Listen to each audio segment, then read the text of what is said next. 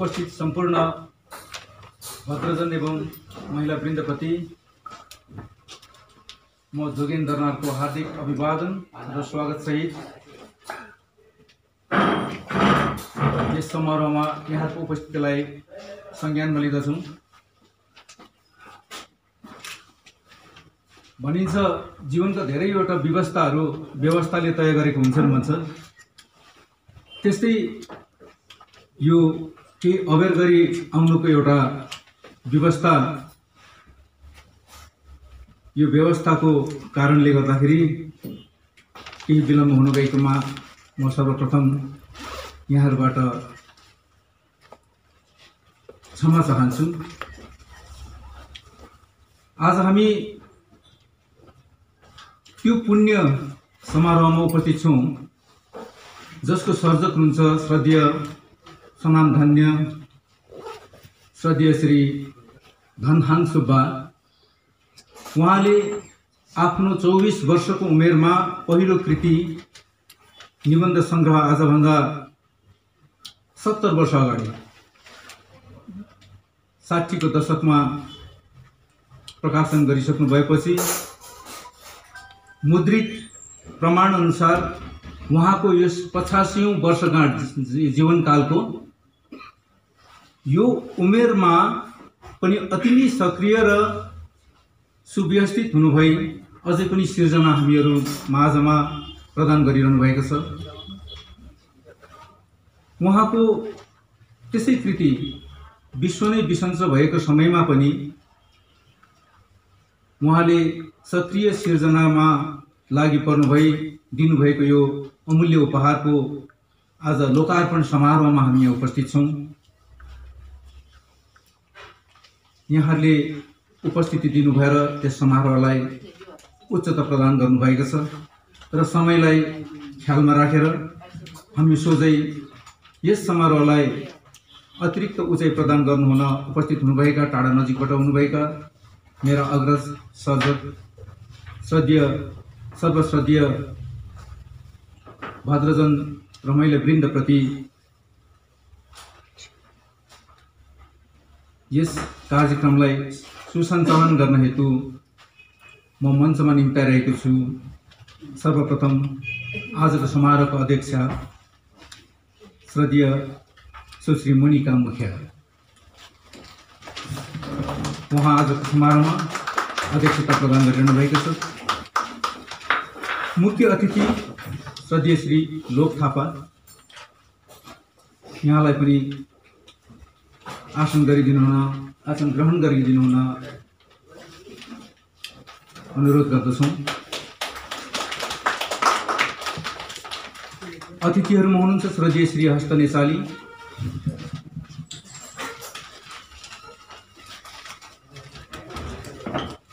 श्रद्धेय श्री हस्त नेसाली,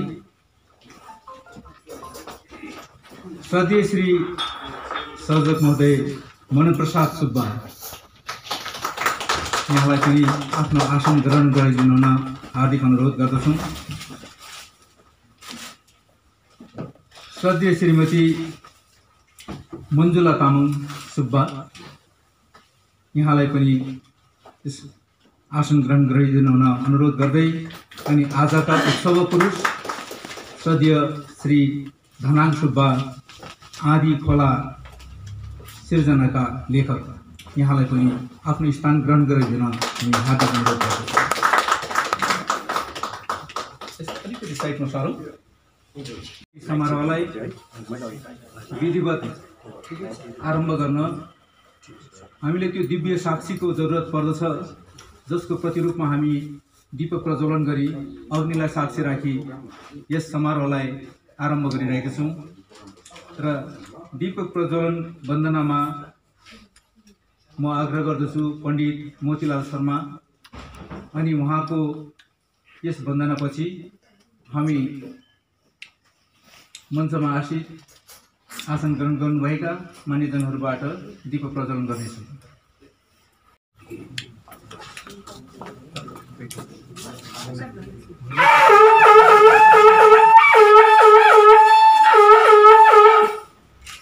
गुरु ब्रह्मा गुरुविष्णु महेश्वरम् गुरु शास्त्र पराब्रह्मा तस्मै श्री गुरवे नमः।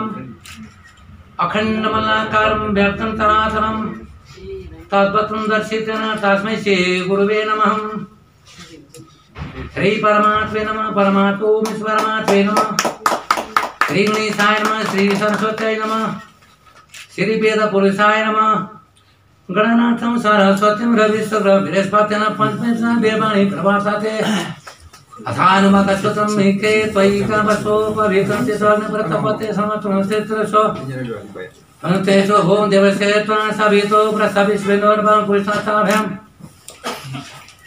ओम गायत्री सावित्री सरस्वती गृहमात्रे अन्नपूर्णा महारथी माशविना चंडी दौराज्य वासुदेवा भूमिदेवाय गौरीदेवा क्षत्रपाला ग्रामदेवा स्वर्गिन्द्राय अन्मित्रलक्ष्मी धरती थी नक्षत्र योग कर्ण मेघम सर्वेभ्यो देवेभ्यो नमः।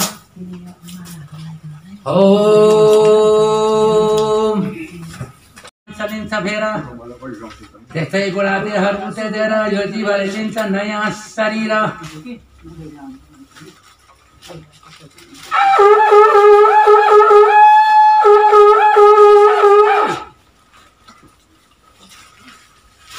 के करूं म कहाँ जाऊं समात हूँ के करूं अब पन्ने चिंताली दुखले प्राण वायु छुट्यो जाब हेमदूतले बाँधिएको कर्म बगी शरीरधारी हेमको दुख्चो भक्त कर्म बन्धनमा परी कर्पूर तन लाइन्थ्यो न शरीर शरीरमा गहना वस्त्र पाइदिन्थ्यो ढल बे काम बोतहाँ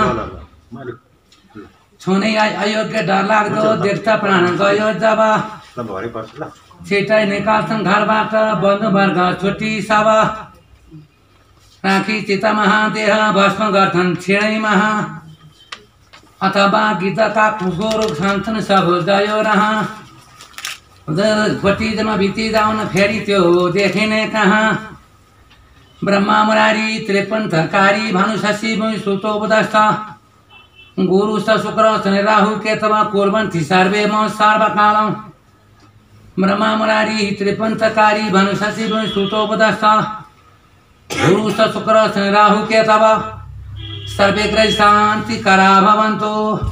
ओम सतम सद्गमय तमसमद्वति हिर्गमय मृत्योर्मृत्योर्गमय ओम शांति ओम शांति ओम शांति सुशांति वतु सबैको नमस्कारम। ज्यूलाई शिरतास प्रदान गरी यस सभालाई शोभायमान तुल्याइदिनु भएको छ। यसको लागि पनि उहाँलाई कृतज्ञता प्रकट गर्दै अब हामी ती सर्जकहरूको नाममा जसले यस विश्व महामारीको समयमा आफ्नो प्राण गुमाए आजका उत्सव पुरुष सदीय धनाङ सुब्बा उहाँले नितान्त व्यक्तिगत तहरमा यस पुस्तक समारोहलाई आयोजना गर्नुभए तापनि उहाँ दार्जिलिङकै एक ऐतिहासिक साहित्यिक संस्था नेपाली साहित्य सम्मेलनका उपसभापतिको पदमा पनि हुनुहुन्छ। नेपाली साहित्य सम्मेलनले मात्रै दार्जिलिङमा हामीले 5 जना हाम्रा अग्रज र सक्रिय लेखक सर्जक साहित्यकारहरू गुमाएका छौँ। ती लगायत साहित्य सम्मेलन इतर हाम्रा भूभागका देशका र विश्वका नै ती सर्जकहरूको नाउँमा लेखकले इच्छा जाहेर गर्नुभएको छ। उहाँहरूको आत्मशान्तिको लागि हामी 1 मिनटको मौन धारण यहाँ पालन गर्नेछौँ। आफू यथास्थानमा खडा भइदिनु भई ती सर्जकहरूलाई जसको स्मरण यहाँहरू गर्न सक्नुहुन्छ उहाँको नाममा मौन धारण गर्नेछौँ।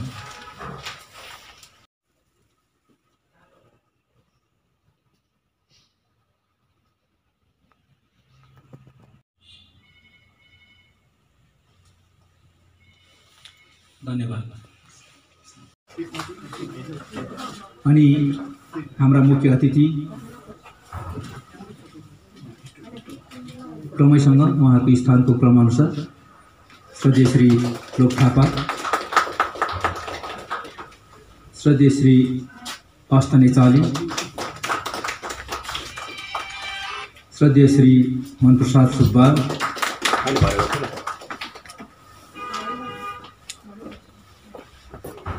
आजको उत्सवपूर्व लेखक धनहाङ सुब्बा अनि श्रीमती मञ्जुला तामाङ सुब्बा, उहाँले पनि माल्य अर्पण ग्रहण गर्नुहोस्।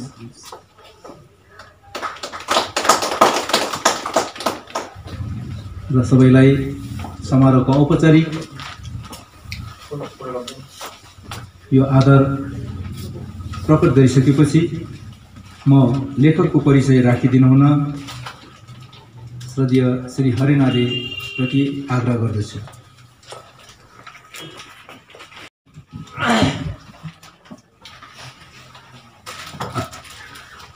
अध्यक्ष महोदय, आज का प्रमुख अतिथि श्री और श्री लोक थापाज्यू, इस लोकार्पण समारोह का अतिथिद्वय श्रद्धेय आस्थानाचार्यज्यू, श्रद्धेय मनप्रसाद सुब्बाज्यू अनि मञ्जुला तामाङ सुब्बाज्यू र इस सभामा उपस्थित हुनुभएका सज्जनवृन्द, महिलावृन्द, साथै भाउजू लक्ष्मी सुब्बाज्यू र इस रेस्टुरेंट होटल का संपूर्ण कर्मचारीवृन्द, मालिकवृन्द, आज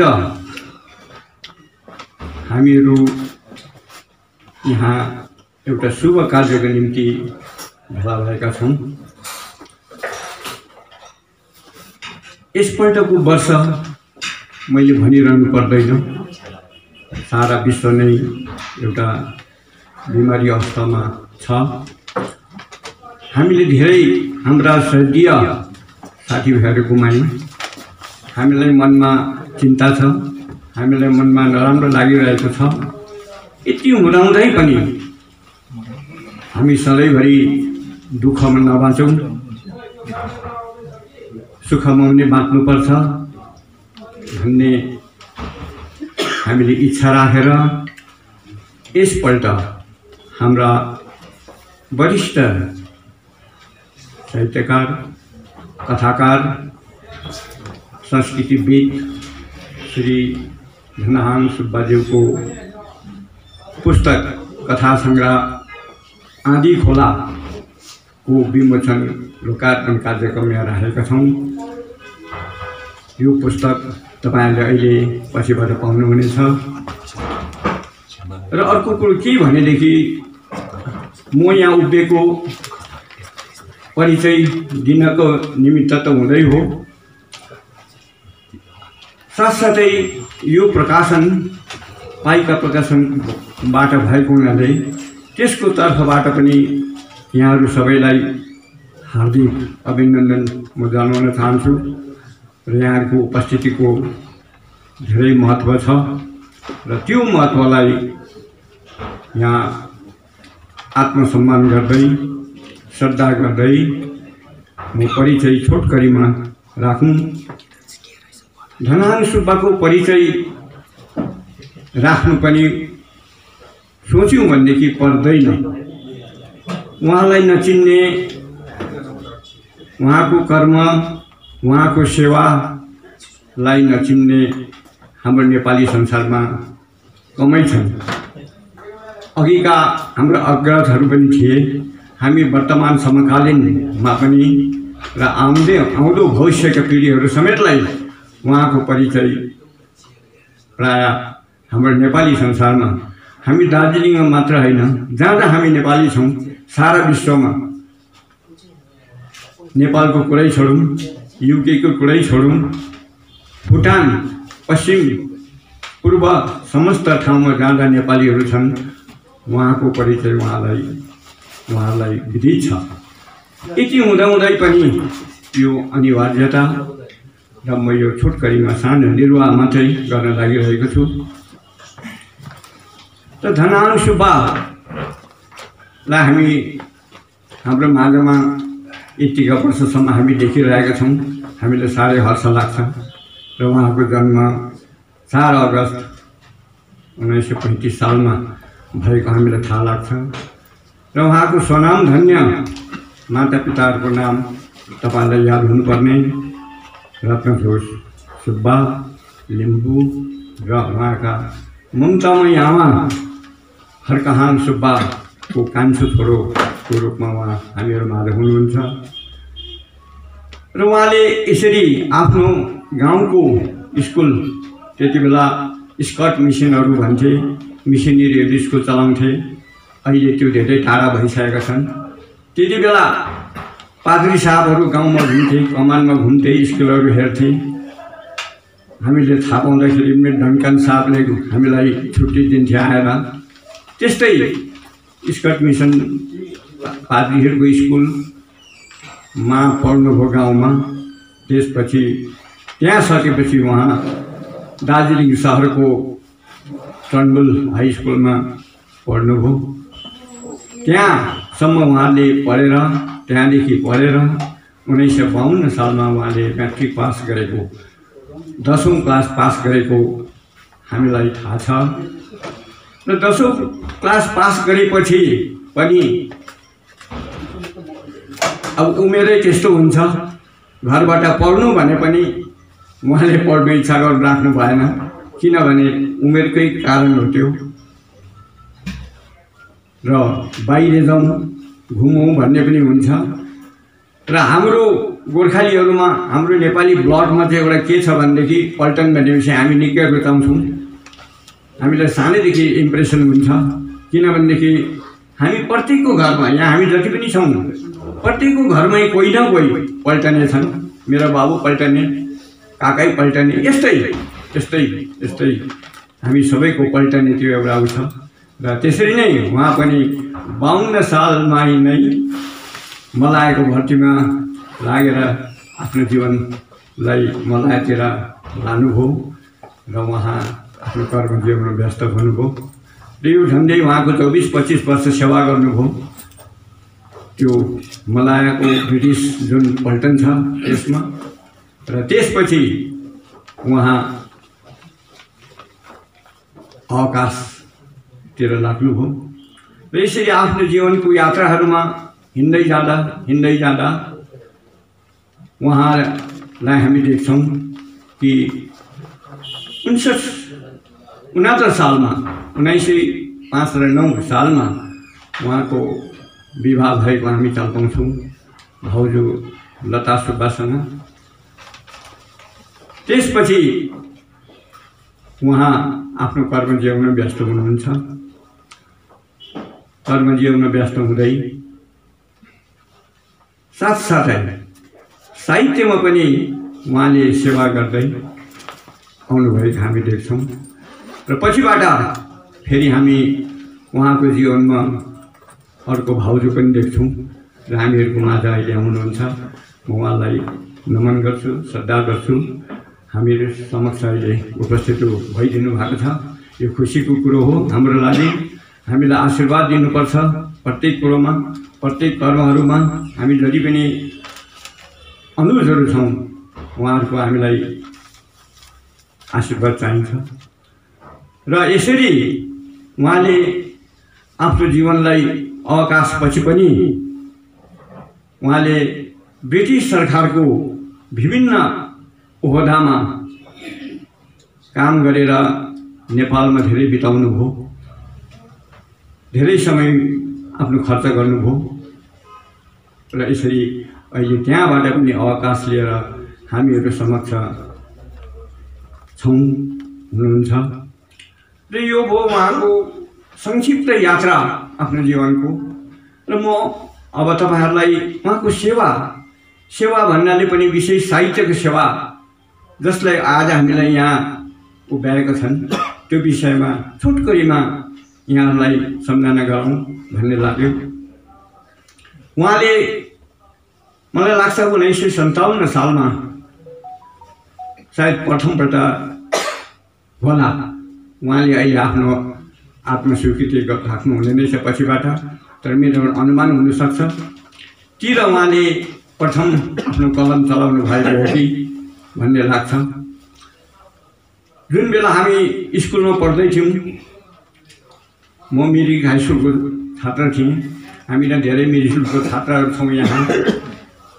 त्यस बेला हामीले उहाँको प्रथम रचनाहरू पढेका थियौँ। र अर्को एउटा खुसीको कुरो पनि यहाँ मलाई भन्नु मन लाग्छ, के भनेदेखि त्यस ताका हामी पारसमणि बाबुको भारती पत्रिका पढ्थ्यौँ। त्यो साह्रै स्तरीय पत्रिका, अहिलेसम्म त्यतिको पत्रिका हाम्रो भारत भूमिबाट प्रकाशित भएको छैन। यसले 108 अङ्क प्रकाशित गरेर समाप्त गर्नुभयो पारसमणि बाबुले। त्यो पत्रिकामा उहाँले रचनाहरू प्रथम छाप्नु भएको हो। र अहिले मैले खोज्दा, वर्तमानमा खोज्दाखेरि भारतीकालीन लेखक लेखिका कवि कवियत्रीहरू प्राय छैनन्। सायद मेरो यो छोटो ज्ञान हुनसक्छ। मैले कति खोजेँ भारती कालमा लेख्ने उहाँको समकालीनहरू कोही छन् कि भनेर, त्यो मैले पाउन सकिनँ। र यो साह्रै गर्वको कुरो हामीलाई त्यसमा पनि लागेको छ। र भारतीकालीन लेखक साहित्यकार हुनु भनेको एउटा इतिहास हो। यसले धेरै यात्रा गरेको हामीलाई अनुभव हुन्छ। र भारतीकालीन समयका लेखक स्रष्टा श्री धनानु सुब्बा दाजु हुनुहुन्छ र हामीलाई आनन्द लाग्छ। र यसरी उहाँको प्रथम पुस्तकको रूपमा यो एउटा यस्तो पुस्तक छ, अलिकता निबन्ध मिसिएको छ, अलिकता कथाहरू पनि मिसिएको छ। यो हसिना हसिमा भन्ने 1959 सालमा प्रथम प्रकाशित भएको पारसमणि बाबुकै प्रेसबाट यो प्रकाशित भएको थियो। र त्यहाँदेखि भने उहाँले करिब झन्डै 4 दशक भनौँ, झन्डै 40 वर्ष जस्तै उहाँ स्तब्ध भनौँ कि निस्तब्ध भनौँ कि निष्क्रिय भनौँ कि जस्तो उहाँले बसेर चाहिँ साहित्यको साधनालाई अलिकता पर सारे जस्तो देखिन्छ। तर त्यो आफ्नो कर्मजीवनको व्यस्तताले हुनसक्छ। उहाँले बताउनु हुनेछ किन निष्क्रिय हुनुभयो। र त्यसको बादमा जब अवकाश भएर यतिको वर्ष बादमा चाहिँ उहाँले फेरि पुस्तकको प्रकाशन सर्वप्रथम 2004 सालमा उहाँले प्रकाशित गर्नुभयो सलाम जलन। त्यहाँदेखि भने विश्राम छैन, लगातार हुनुहुन्छ। 6 वर्षसम्म उहाँले गाउँ घुमेर, नेपालको गाउँ घुमेर, पूर्वाञ्चलको गाउँ घुमेर लिम्बू संस्कृति लोकवार्ता प्रकाशित गर्नुभयो। र त्यो लोकवार्ताले साँच्चै मूल्य पनि पायो, मूल्याङ्कन पनि भयो। यसले काठमाडौँबाट साझा पुरस्कार पनि प्राप्त गर्नुभयो। र यो खुसीको कुरो उहाँले हामीलाई बाँड्नु भएको छ। र यसरी उहाँले आफ्नो कथालाई लगातार राख्नु भएको छ, निरन्तन गर्नुभएको छ। यो यस्तै रहोस्, सधैँ होस्, हामी कामना राख्छौँ। साथसाथै उहाँको छुटपुट निबन्धहरू पनि छन् र त्यो निबन्ध अथवा सामान्य लेखहरू पनि छन्, त्यसको पनि हामी चाँडै प्रकाशन पाउन सकौँ भन्ने हामी कामना गर्छौँ। यसरी उहाँले आफ्नो लेखन कलालाई पनि, शक्तिलाई पनि सुचारू रूपले राख्नु भएको छ। यसै त नेपालको पत्र पत्रिकाले यसरी पनि लेख्छन्। के लेख्छन् उहाँमाथि भनेदेखि श्री धनाङ सुब्बा एकजना पल्टने हुन्। पल्टने भनेको मतलब आर्मी भनेको मतलब इजिकल टु बन्दुक। र पल्टनेहरूले त बन्दुक खेलाउँछन्, बन्दुक बेगरको आर्मी हुँदैन। तर उहाँले त कलम खेलाउन थाल्नुभयो, कति हर्षको कुरो। र स्वाभाविक त पल्टने भन्ने बित्तिकै बन्दुक परेट हामी सोच्छौँ, तर होइन, उहाँले चाहिँ कलमलाई आफ्नो बन्दुक बनाउनु भएको छ। र त्यो कलमको बन्दुक चाहिँ सधैँभरि अगाडि बढिरहोस् भन्ने हामी अनुरोध जति पनि छौँ उहाँलाई हामी यो शुभकामना दर्शाउँछौँ। र म धेरै लामो कुरा भन्दाखेरि समय जान्छ, किनभनेदेखि हामी टाढोबाट आएका छौँ। त्यस कारणले गर्दाखेरि म धेरै छोट्याउँदै लान्छु र यसरी उहाँलाई हामी शुभकामना दिन्छौँ र उहाँको कलम सदा अघि बढेर जाओस्, अझै हामी देख्न पाऊँ, अझै हामी सुन्न पाऊँ, पढ्न पाऊँ भन्ने हाम्रो धारणा छ। र म बेसी कुरा लाँदिनँ यहाँसम्म। तपाईँहरूले पुस्तक पाउनुहुन्छ, उहाँको जीवनी, उहाँले पुरस्कारहरू प्राप्त गरेको, उहाँले कुन कुन लर्नेड सभामा भाग लिनुभयो त्यो किताबमै पाउनुहुन्छ। मैले बखान गर्नु पर्दैन, त्यो लिखित छ, तपाईँहरूले निश्चय पढ्नुहुनेछ। त्यहाँबाट उहाँको साहित्यिक व्यक्तित्व, सामाजिक व्यक्तित्व, साथसाथै इन्टेलेक्चुअल व्यक्तित्व तपाईँले चल्पाउनुहुन्छ। र शुभदाई, तपाईँलाई बहुत बहुत धन्यवाद छ। नेपाली साहित्य तपाईँको कलमले धेरै धनी बनाएको छ र यो निरन्तरता रहोस् भनेर म शुभकामना दिँदै उहाँलाई म एकपल्ट नमस्कार। आजको यस समारोहको क्लाइमेक्समा मुख्य कार्यक्रममा अवतरित छौँ। यो समारोहमा उपस्थित दिनुभएका एक शीर्षस्थ व्यक्तित्व भनिन्छ, शिरहरू जस्तो, थुम्काहरू जस्तो यहाँहरूको उपस्थिति हामीले महसुस गरिरहेका छौँ। ती उपस्थितिहरूमध्ये यो समारोहमा, यो मञ्चमा एकजना व्यक्तिको उपस्थिति यति महत्त्वपूर्ण छ जसलाई भनिँदो रहेछ अति निकट अथाह, अति दूर अथाह। श्रद्धेय श्री धनहाङ सुब्बाका अर्धाङ्गिनी हुनुभएका गुरुआमा श्रीमती लक्ष्मी सुब्बालाई यहाँ मञ्चमा निम्ताउँदछु। अब हामी उहाँको यस सिर्जना पुस्तकको लोकार्पणतर्फ लम्किरहेका छौँ। उहाँको निकट सान्निध्यले, सेवा सुसारले हाम्रा सर्जकलाई धेरै सुझाव पुगेको छ र उहाँको उपस्थितिलाई जाहेर गर्दै मञ्चमा आसीन महोदयहरूबाट आजको पुस्तक लोकार्पण गरिदिनु हुन आग्रह गर्दछु। माल्यार्पण गरिदिनु हुन म आग्रह गर्दछु।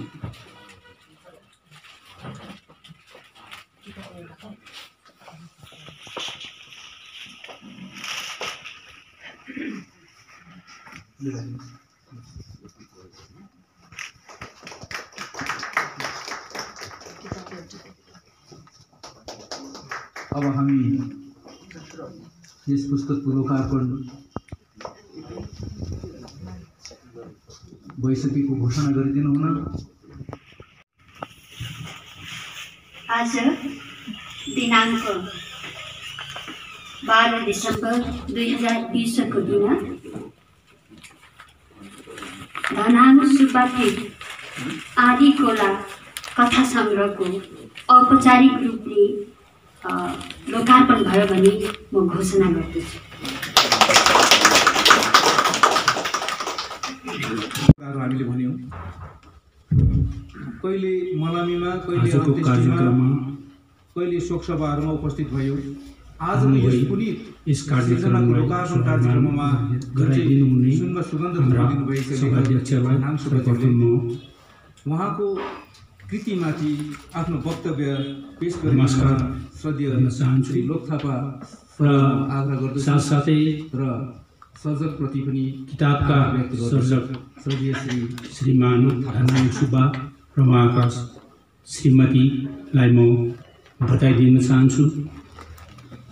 अनि यहाँ मञ्चमा आसीन हुनुभएका वरिष्ठ व्यक्तित्वहरू एवं साहित्यकार, शिक्षक, प्राध्यापक जति पनि तपाईँहरू यहाँ उपस्थित हुनु, तपाईँहरू सबैलाई मेरो व्यक्तिगत तर्फबाट यस्तो सङ्कटकालीन घडीमा पनि तपाईहरु उपस्थित भइदिनु भएकोमा म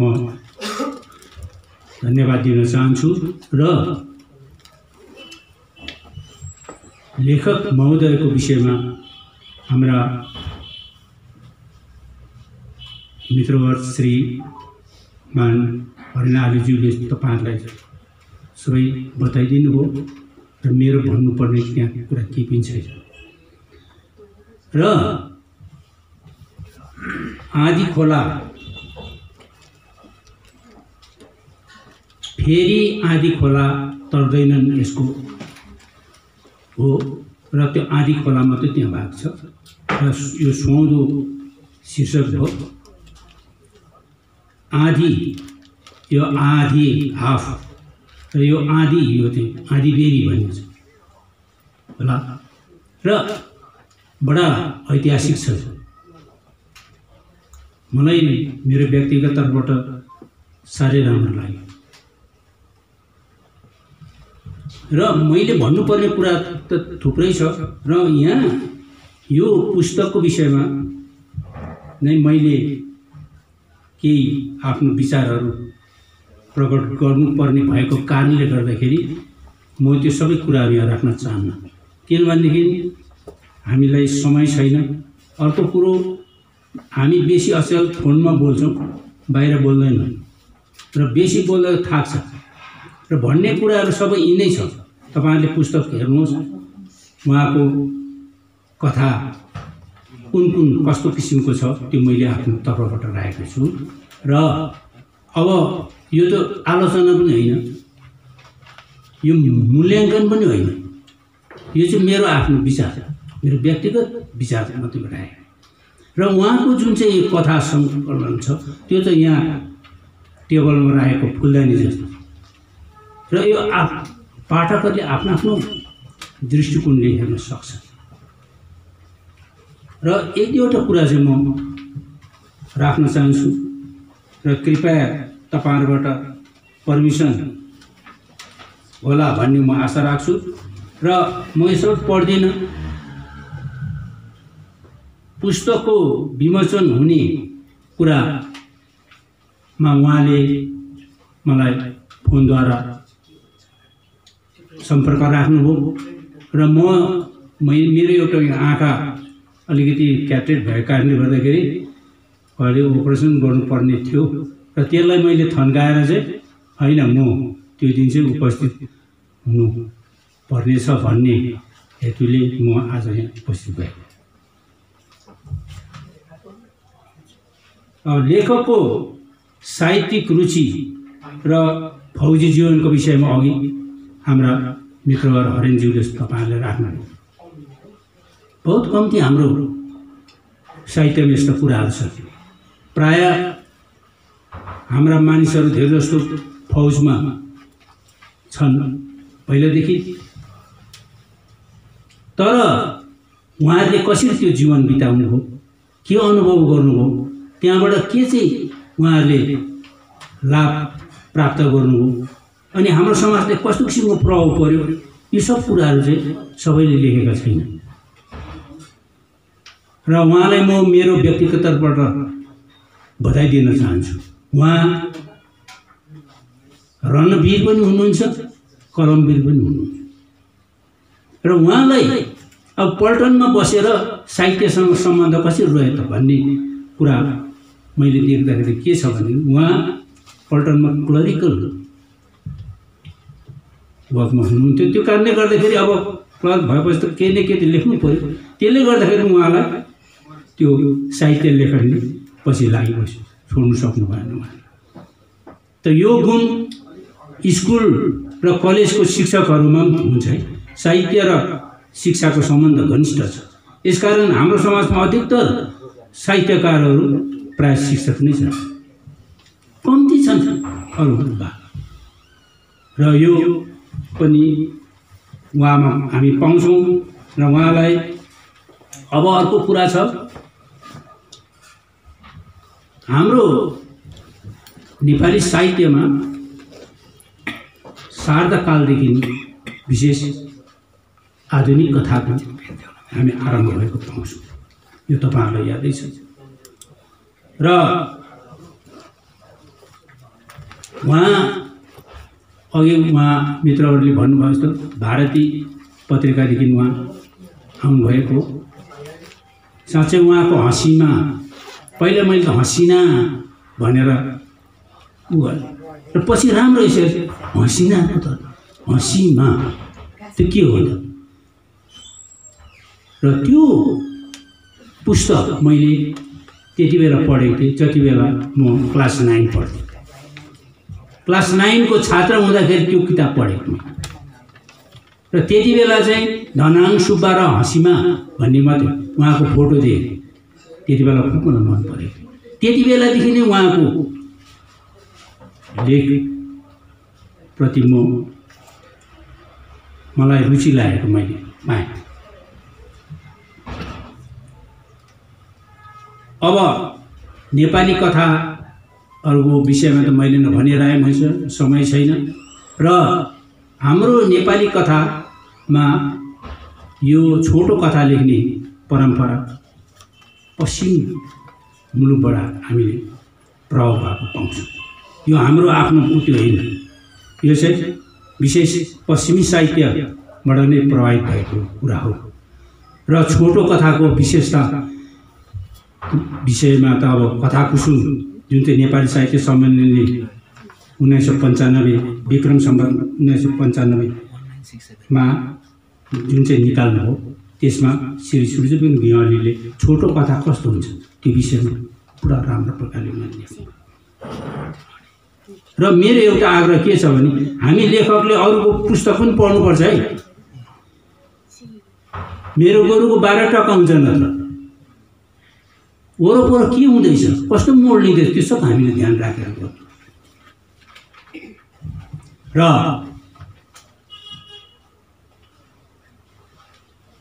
हाम्रा कथाकार धनाङ सुब्बाको कथाहरूमा मैले उहाँको व्यक्तिगत अनुभव पाएँ। उहाँले प्राय कथा लेख्दाखेरि आफूलाई प्रथम पुरुष एउटा पात्रको रूपमा नै प्रस्तुत गर्नुभएको छ। यो व्यक्तिपरक कथा हो। यो आत्मपरक निबन्ध जस्तै झन्डै व्यक्तिपरक कथा भएको छ। यो उहाँको एउटा नौलो प्रयोग हो। यो सब्जेक्टिभ र अब्जेक्टिभ भन्छु नि, उहाँले सब्जेक्टिभ टाइपको लेख्नु भएको छ, आफूलाई विषय बनाएर। र यस्तो कथाकार अर्को सुब्बाज्यू मणिकुमार सुब्बा, उहाँको कथा पनि प्राय त्यस्तै रहेछ। उहाँ अहिले बिमारी हुनुभएको मैले चाल पाएँ र उहाँको स्वास्थ्यको विषयमा हामीले कामना गर्नुपर्छ, चाँडै उहाँको स्वास्थ्य राम्रो होस्। उहाँले पनि यो व्यक्तिपरक कथाहरू नै लेख्नुभएको छ। अब कथाको विषय त जे पनि हुन्छ, तर कथाकारिता लेखन शैलीमाथि निर्भर गर्छ।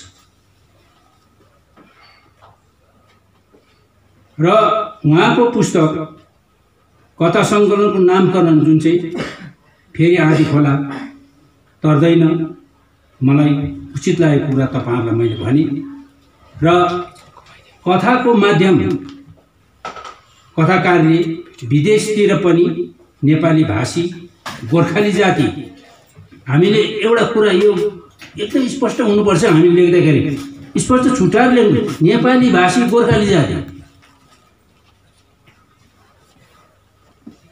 र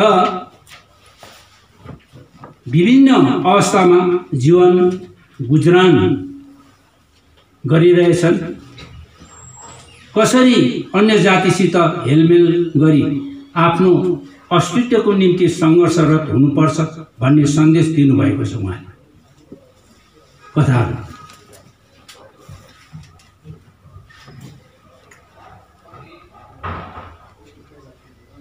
पुस्तक पढ्ने बानी अचेल प्राय हराइसक्यो। अचेल हामी मोबाइलमा यो उमाइ गर्छौँ। तर मेरो व्यक्तिगत अनुभव चाहिँ के छ, पुस्तक बिना हामी अघि बढ्न सक्दैनौँ। पुस्तकको महिमा त छँदैछ, पुस्तक लेख्नै पर्छ। अब त्यो मोबाइलमा हामी कतिवटा कुरा पछि हराएर झरा त्यहाँ डिलिट भएर जान्छ। र अब यो नेट इन्टरनेटमा पनि सबै पाइन्छ भन्ने कुरा पनि छ हाम्रो, तर हामीले तयार गरेको छैनौँ, हामीले होमवर्क गरेको छैनौँ। हाम्रो कुराहरू त्यहाँ हुनुपर्छ, अरूको कुरा त छँदैछ नि, तर हाम्रो कुरा खोइ। यसकारण यस्ता कथाहरू पनि त्यहाँ हामीले हाल्नुपर्छ ताकि अरूले पनि जान्न सकोस्। अब पुस्तकको कुरा गर्दाखेरि पुस्तक 3 खालको हुन्छ भनेर मैले एक ठाउँ पढेको थिएँ। एक खालको पुस्तक चाहिँ सुपारी र पान जस्तो हुन्छ र चपाइरहने। अर्को पुस्तक चाहिँ दाल भात जस्तो चपाएर निल्ने। पहिलो पुस्तक पचाउन सकिँदैन, त्यो चाप्ने मात्रै स्वाद मात्रै लिने, जस्तो डिक्सनरीहरू, ग्रामर, रेफरेन्स। अनि अर्को पुस्तक चाहिँ तेस्रो खालको त हुँदो रहेछ, खबर कागज पढेको। खबर कागज हामी पढ्छौँ, त्यहाँनिर त्यसलाई मिल्काइदिन्छौँ। त्यो त्यस्तो खालको पुस्तकलाई चपाइरहनु परेन, सत्य खायो निल्यो। र अब यो 3 खालको पुस्तकमा चाहिँ यो आँधी खोला चाहिँ कहाँनिर पऱ्यो भन्दाखेरि दाल भात खाएर त्यसले हामीलाई त्यसले रगत बनिन्छ, पौष्टिक आहार हुन्छ, त्यसले हामीलाई स्वास्थ्य राम्रो गर्छ। र उहाँको पुस्तक स्वास्थ्यवर्धक छ। हुन त ठाउँ ठाउँमा उहाँले कता कता झन्डै फ्राइडलाई पक्रेर, फ्राइडिजमलाई पक्रेर कता कता झन्डै ठाउँ ठाउँमा त ऊ भएको छ, तर होइन, उहाँले त्यसलाई फेरि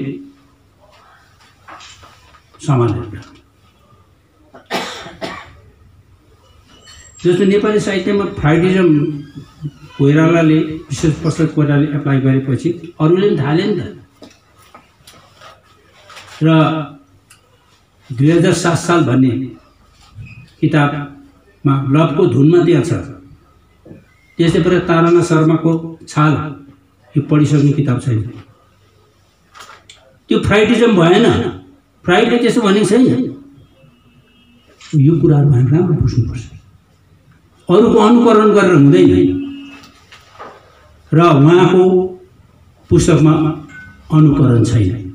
देश विदेश घुमेर उहाँले के अनुभव गर्नु, त्यो कुरा चाहिँ हामीलाई यहाँ दिनुभएको छ।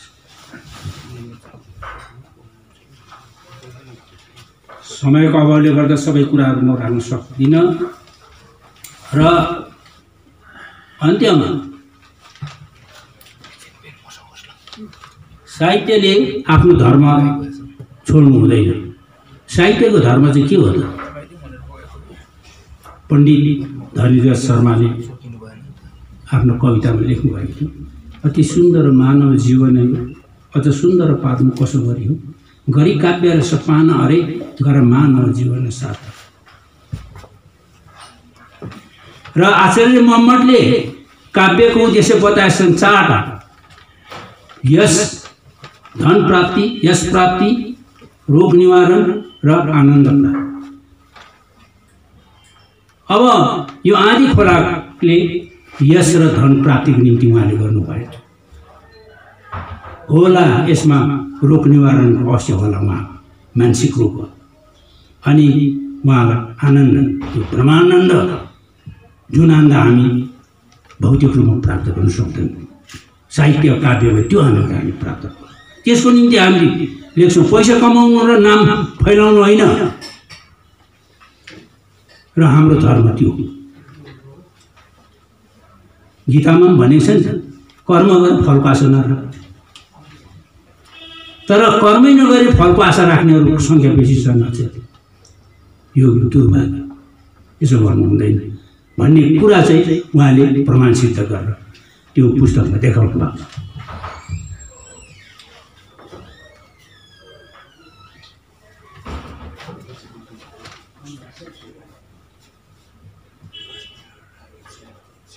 र त्यो आदि खोलामा थुप्रै कथाहरू छन्। त्यसमा मलाई हङकङमा बसेर उहाँले कुन चाहिँ अनुभव गर्नुभयो, त्यसमा हाम्रो मान्छेहरूलाई कहाँ कहाँ भेट्नुभयो। जस्तो आदि खोलामा त्यसमा एउटा दम्पति भेट्नुहुन्छ, उहाँहरू नेपालबाट भागेर आएको रहेछ र विदेश बसेको रहेछ। र यस्तो त धेरै छ। किन भाग्यो त भन्दा त्यति बेला जातपातको गहिरो थियो, समाजमा असहयोग भयो र दुईजनाको त्यसमा एउटा जात र अर्को जातको माया पृथ्वी हुन्छ, तर समाजलाई त्यति बेला सहयोग भएन र उनीहरूले चाल पाए अब यहाँ बसेर ठिक हुँदैन, हामी छोड्न पनि सक्दैन भनेर उहाँहरू विदेश लागेको रहेछ भन्ने कुरा चाहिँ उहाँले मलायमा ती दम्पतिलाई भेटेर जान्नुभएको कुराहरू त्यो कथामा छ। र यो पुस्तकको विषयमा लेख्दाखेरि त्यहाँ मैले त्यो आफूलाई याद भएको कुरा त्यहाँ राखिदिएको छु। जुनेली आत्मा गाई पुष्नु, दिदी र भाइ, दाजु र बहिनी बिरानो देशमा आइपुग्यो। छुयामा हाहा छुया, यो त्यो किसिमको मेरै सन्तानमा पनि मैले खोजी गर्दाखेरि काली खोलाबाट जारी भएर भागेको रहेछ। फर्केन तिनीहरू। यो हाम्रो एउटा यथार्थ हो, यसलाई लुकाउन सकिँदैन। हामी यस्तो पनि छौँ कि सबै हामी आएका होइनौँ, हामी यहाँ थियौँ, पछि केही थपिए। यहाँ सोखपा राउटा वन मान्छे थियो भने त्यो हाम्रो पुर्खाहरू। यो कुराहरू सबै उहाँको कथामा हामी पाउन सक्छौँ। र यहाँ त्यो अलिकति पुस्तकमा त्यसमा त्यो रोटीवाला मामा भन्ने कथा छ, छोटा पुङमा भन्ने। त त्यसको त्यो थर्ड प्यारा लास्ट लाइनमा समाज होइन, त्यो समान हुनुपर्ने हो, त्यो सचाउनु पर्ने छ कुरा। त्यसरी नै भोकाएको गोरा सिपाही उहाँको कथा छ, बडा राम्रो छ। त्यसको सेकेन्ड प्यारा र लास्ट लाइनमा पत्थर कला थाम्न हो घटा भन्ने ठाउँ ठाउँमा परेको होला, त्यो होइन। किन सक्दिन महाराज पत्थर कला थाम्न, आन्द्रा लागे चुक्ति खेल्न, तिख्रा लागे काम न, सक्दिन महाराज पत्थर कला थाम्न। र त्यसरी नै पृष्ठ 18मा को थर्ड प्याराको सेकेन्ड लाइनमा एकजना मान्छेले हुन्छ तर मान्दले भन्ने त्यहाँ मान्दले भएको छ। त त्यसलाई तपाईँहरूले कृपया पाठकको रूपमा त्यसलाई सुधारेर पढिदिनु भयो भने यहाँ हाम्रो लेखक महोदयको सानो र किताब पढ्नुपर्छ है हामीले, अरू किताब। र किताब विषयमा मेरो अर्को एउटा आफ्नो एउटा व्यक्तिगत विचार के छ भने हाम्रोमा ग्रन्थ सूची छैन। नेपालबाट ग्रन्थ सूची निकालेको छ, त्यसमा उता नेपालको कुराहरू छ। भारतीय नेपाली साहित्यमा लेखिएका पुस्तकहरूको ग्रन्थ सूची बनिनुपर्छ। हुन त भारतीय नेपाली साहित्यको इतिहास लेखिएको कता कता सुन्दैछु म। अस्ति नरबहादुर दाहालले पनि उहाँले के हुनुपर्छ भनेर उहाँ आफ्नै विचार दिनुभएको थियो, तर धेरै ओजर पार्छन्। यसो गर्नु हुँदैन, सबैले लिनुपर्छ। साह्रो छ यो विषय, यो ऐतिहासिक कुरा साह्रो छ। अब मलाई मन परेको मेरो दलको कुराहरू, मेरो डाँडापारीहरू त्यसो छुटाएर त्यसले हुँदैन। र योसँग हामी होसियार हुनुपर्छ, होइन भने अब के हुन्छ भने यो सिसिपसको कथा जस्तो सिसिपसको पहाडमा त्यहाँ जाने कोसिस हुन्छ अरे नि त पहिलादेखिको, तर कोही पनि माथि पुग्नु सकेको छैन, तल नै आउँदो रहेछ। त एउटा अर्को आउँछ फेरि होइन हाम्रो बाजे बोजूले केही पनि गरेन हामी पो गरौँ न भन्दा त्यो आउँदो रहेछ, ठेल्दै माथि उसको सक्यो, अब आयो, त्यहाँदेखि फेरि झरेर तल आउँछ। अहिलेसम्म हाम्रो प्रयास त्यस्तो भइरहेको छ। र हाम्रो यो प्रेसिडेन्ट जेनेरेसनलाई मेरो अनुरोध के छ भने हामीले अब त्यो सिसिपसको पहाडको चुचुरामा पुर्याउनु सक्नुपर्छ त्यो ढुङ्गा। यसको कठिन छ काम हो, तर छोड्नु हुँदैन। हामी अमेरिका र ग्रेट ब्रिटेनको इतिहास पढ्छौँ, तर हाम्रो इतिहास उनीहरूले पढ्छ। बालकृष्ण शमशेरको नेपाली संस्कृति पढ्नुहोस् न तपाईँहरू, त्यहाँ लेख्नु भएको छ उहाँले। र यो कुराहरू धेरै छ। र यहाँ लेखक धनाङ सुब्बाजी हुनुहुन्छ, म दाजु, म उमेरले हामीभन्दा धेरै जेठो हुनुहुन्छ, उहाँलाई म श्रद्धा गर्छु। र उहाँलाई मेरो अनुरोध के छ भने यति नै तपाईँ नछोड्नुहोस्, यसलाई यो साधन हो, साहित्य एउटा साधन हो, यसलाई केही न केही प्रकारले तपाईँले जारी राख्नुपर्छ। र यति भनी म मेरो आफ्नो वक्तव्य शेष गर्छु। र केही अघिल्लो वक्ताको रूपमा म सदीय श्रीमान प्रसाद श्रीज्यूलाई मञ्चमा आग्रह गर्दछु। यो लोकार्पण कार्यक्रम के अध्यक्ष महोदय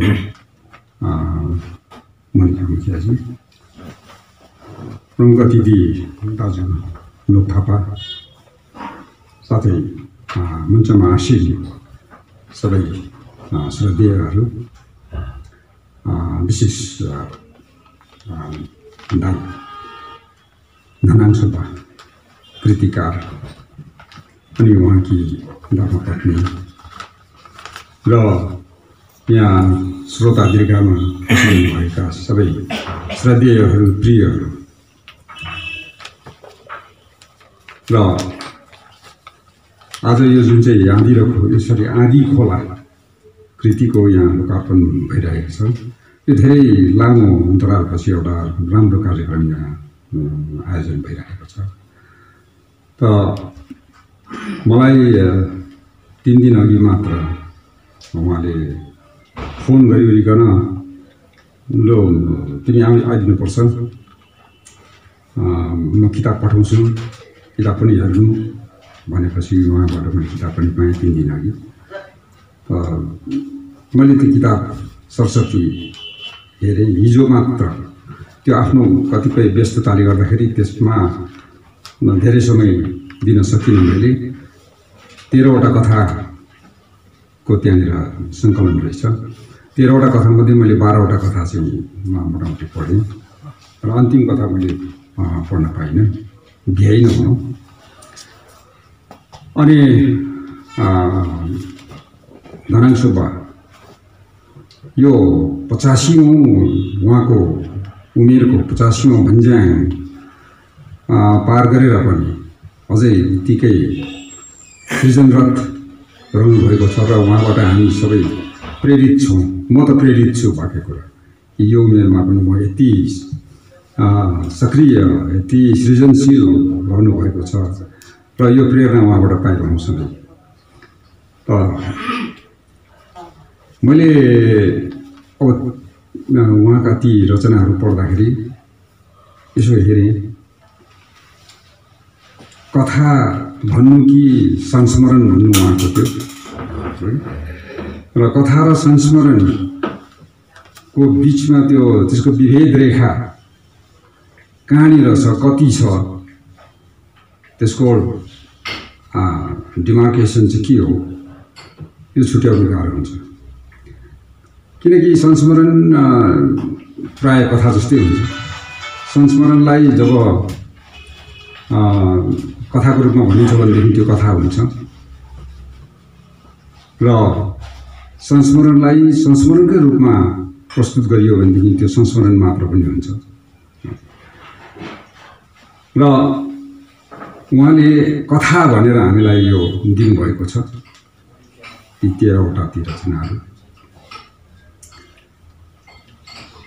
सबै 13वटा चाहिँ हामीलाई पूर्ण रूपले त्यो कथा हो भन्न अलिकति गाह्रो हुन्छ।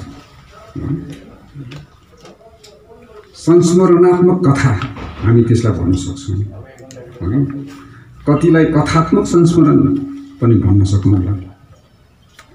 त त्यो संस्मरण र कथाको विभेद रेखाको कुरा म गर्दै थिएँ। यदि आफूले भोगेको, आफूले अनुभव गरेको, आफूले अनुभूत गरेका कतिपय कुराहरू, घटनाहरू इत्यादिलाई एउटा राम्रो प्रकारले प्रस्तुत गरेर, मिठो भाषामा प्रस्तुत गरेर राखियो भनेदेखि त्यो एउटा शुद्ध संस्मरण हुनसक्छ, जहाँनिर लेखकले आफ्नो परिचय लुकाउँदैन।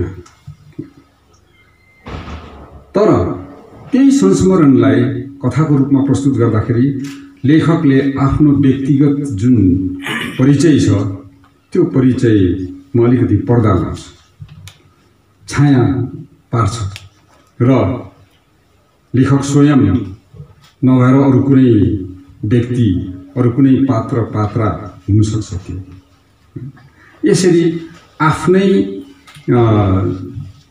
इमेजलाई, आफ्नै छविलाई अर्कै देखाएर, अर्कै बनाएर जब चाहिँ त्यो संस्मरणकै कतिपय अनुभूतिलाई, संस्मरणकै कतिपय घटनाक्रमलाई प्रस्तुत गरिन्छ भनेदेखि त्यो त्यति बेला कथा हुन्छ।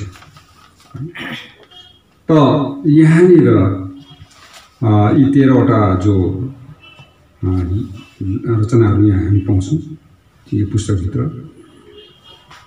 धनाङ सुब्बाले आफ्नो परिचय कहीँ पनि लुकाएका छैनन्, कहीँ पनि लुकाएका छैनन्। आफू जस्तो प्रकारले परिचित हुनुहुन्छ त्यो परिचय स्पष्ट उहाँले राख्नु भएको छ। त्यसो हुँदाखेरि ती रचनाहरू चाहिँ हामीलाई संस्मरण हुन् भन्न मन लाग्छ। तर ती संस्मरणलाई कथात्मक ढङ्गमा राखिएकोले गर्दाखेरि त्यसलाई संस्मरणात्मक कथा भन्दा हुन्छ भन्ने मेरो आफ्नो व्यक्तिगत मत।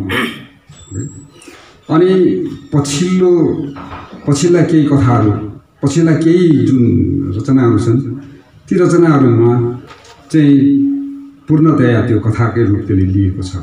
कतिपयले 2-3वटा मैले जो पढेको सङ्घमा भेटेको छन् त्यसले पूर्ण रूपले कथाको रूप लिएको छ। त जे होस्, मजा आउँछ पढ्दाखेरि, आनन्द लाग्छ। अघि लोक थापा दाइले 3 प्रकारको पुस्तकको कुरा गर्नुहुँदै थियो। सायद उहाँले त्यो सङ्केत चाहिँ शेक्सपियरको त्यो 12th नाइटमा भनेको छ नि एउटा पात्रले, बुकको विषय, किताबको विषय। Some books are to be swallowed, some are to be tasted, some are to be chewed and digested भन्ने कुरा। त यो किताब चाहिँ कुन विषयमा पर्छ त्यसो? To be swallowed or tasted or chewed and digested। swallowed भन्ने बित्तिकै त्यो चाहिँ एउटा कस्तो भने खुलुक खुलुक निल्नु पर्ने, त्यसमा विशेष के भने यस्तो किसिमको हुन्छ, त्यसलाई चपाइरहने आवश्यकता छैन। तर निल्दाखेरि पनि मजा आउने, जुनसुकै कुरो त निल्नु सकिँदैन नि त, है। मिठो अलिकति जिब्रोले अलिकति स्वाद पाएपछि त्यसलाई निलिन्छ त। अब कति चाहिँ अलिकति चाखेर छोडिन्छ, त कति चाहिँ यस्तो पनि हुन्छ कि त्यसलाई चपाउनु पर्ने, चपाइकन पनि त्यसलाई चपाएर फ्याँक्ने होइन, चपाएर निल्ने, निलेर पचाउने, त्यस्ता किसिमका कृतिहरू पनि हुन्छन्। र धनाङ दाजुको यो किताब चाहिँ मलाई लाग्छ दिस इज टु बी स्वल्ड, किनभने पढ्यो, स्वाद लियो, मजा आउँछ है, अनि खुलुक दिन्छ। र मैले अघि भनिहालेँ, बेस्वादिलो कुरो निल्न सकिँदैन, उल्टी हुन्छ। स्वादिलो कुरो नै निलिन्छ र त्यो स्वाद उहाँको यो कृतिमा हामी पाउँछौँ। त मानवीय संवेदनाले तरङ्गित भएर नै चाहिँ रचना गरिन्छ। नभए त्यस्ता कैयौँ घटनाक्रम हुन्छन्, कैयौँ अनुभव अनुभूतिहरू हुन्छन्, ती सबै कुरो लेखिँदैन, सबैले लेख्दैनन्, लेख्न सक्दैनन् पनि है। त्यस्ताहरूले मात्र त्यो सृजनशील कार्य गर्न सक्छ जो साँच्चै नै संवेदनशील छ, जसको संवेदनशीलता सधैँ तरङ्गित भइरहन्छ, उनीहरूले मात्र सृजन कार्य गर्न सक्छ। र घनाङ सुब्बा यो 85औं उमेरमा पनि त्यो अनुभव अनुभूति आफूले प्राप्त गरेको जुन विगत समयमा ती कुराहरूले तरङ्गित भइरहनुहुन्छ। उहाँ त्यति संवेदनशील हुनुहुन्छ। ती कुराले तरङ्गित भइरहनुहुन्छ भनेदेखि उहाँ अत्यन्त संवेदनशील हुनुहुन्छ। त्यो संवेदनशीलताले उहाँलाई सृजनातिर मोडेको छ र आज हामीले यो कृति पाएका छौँ।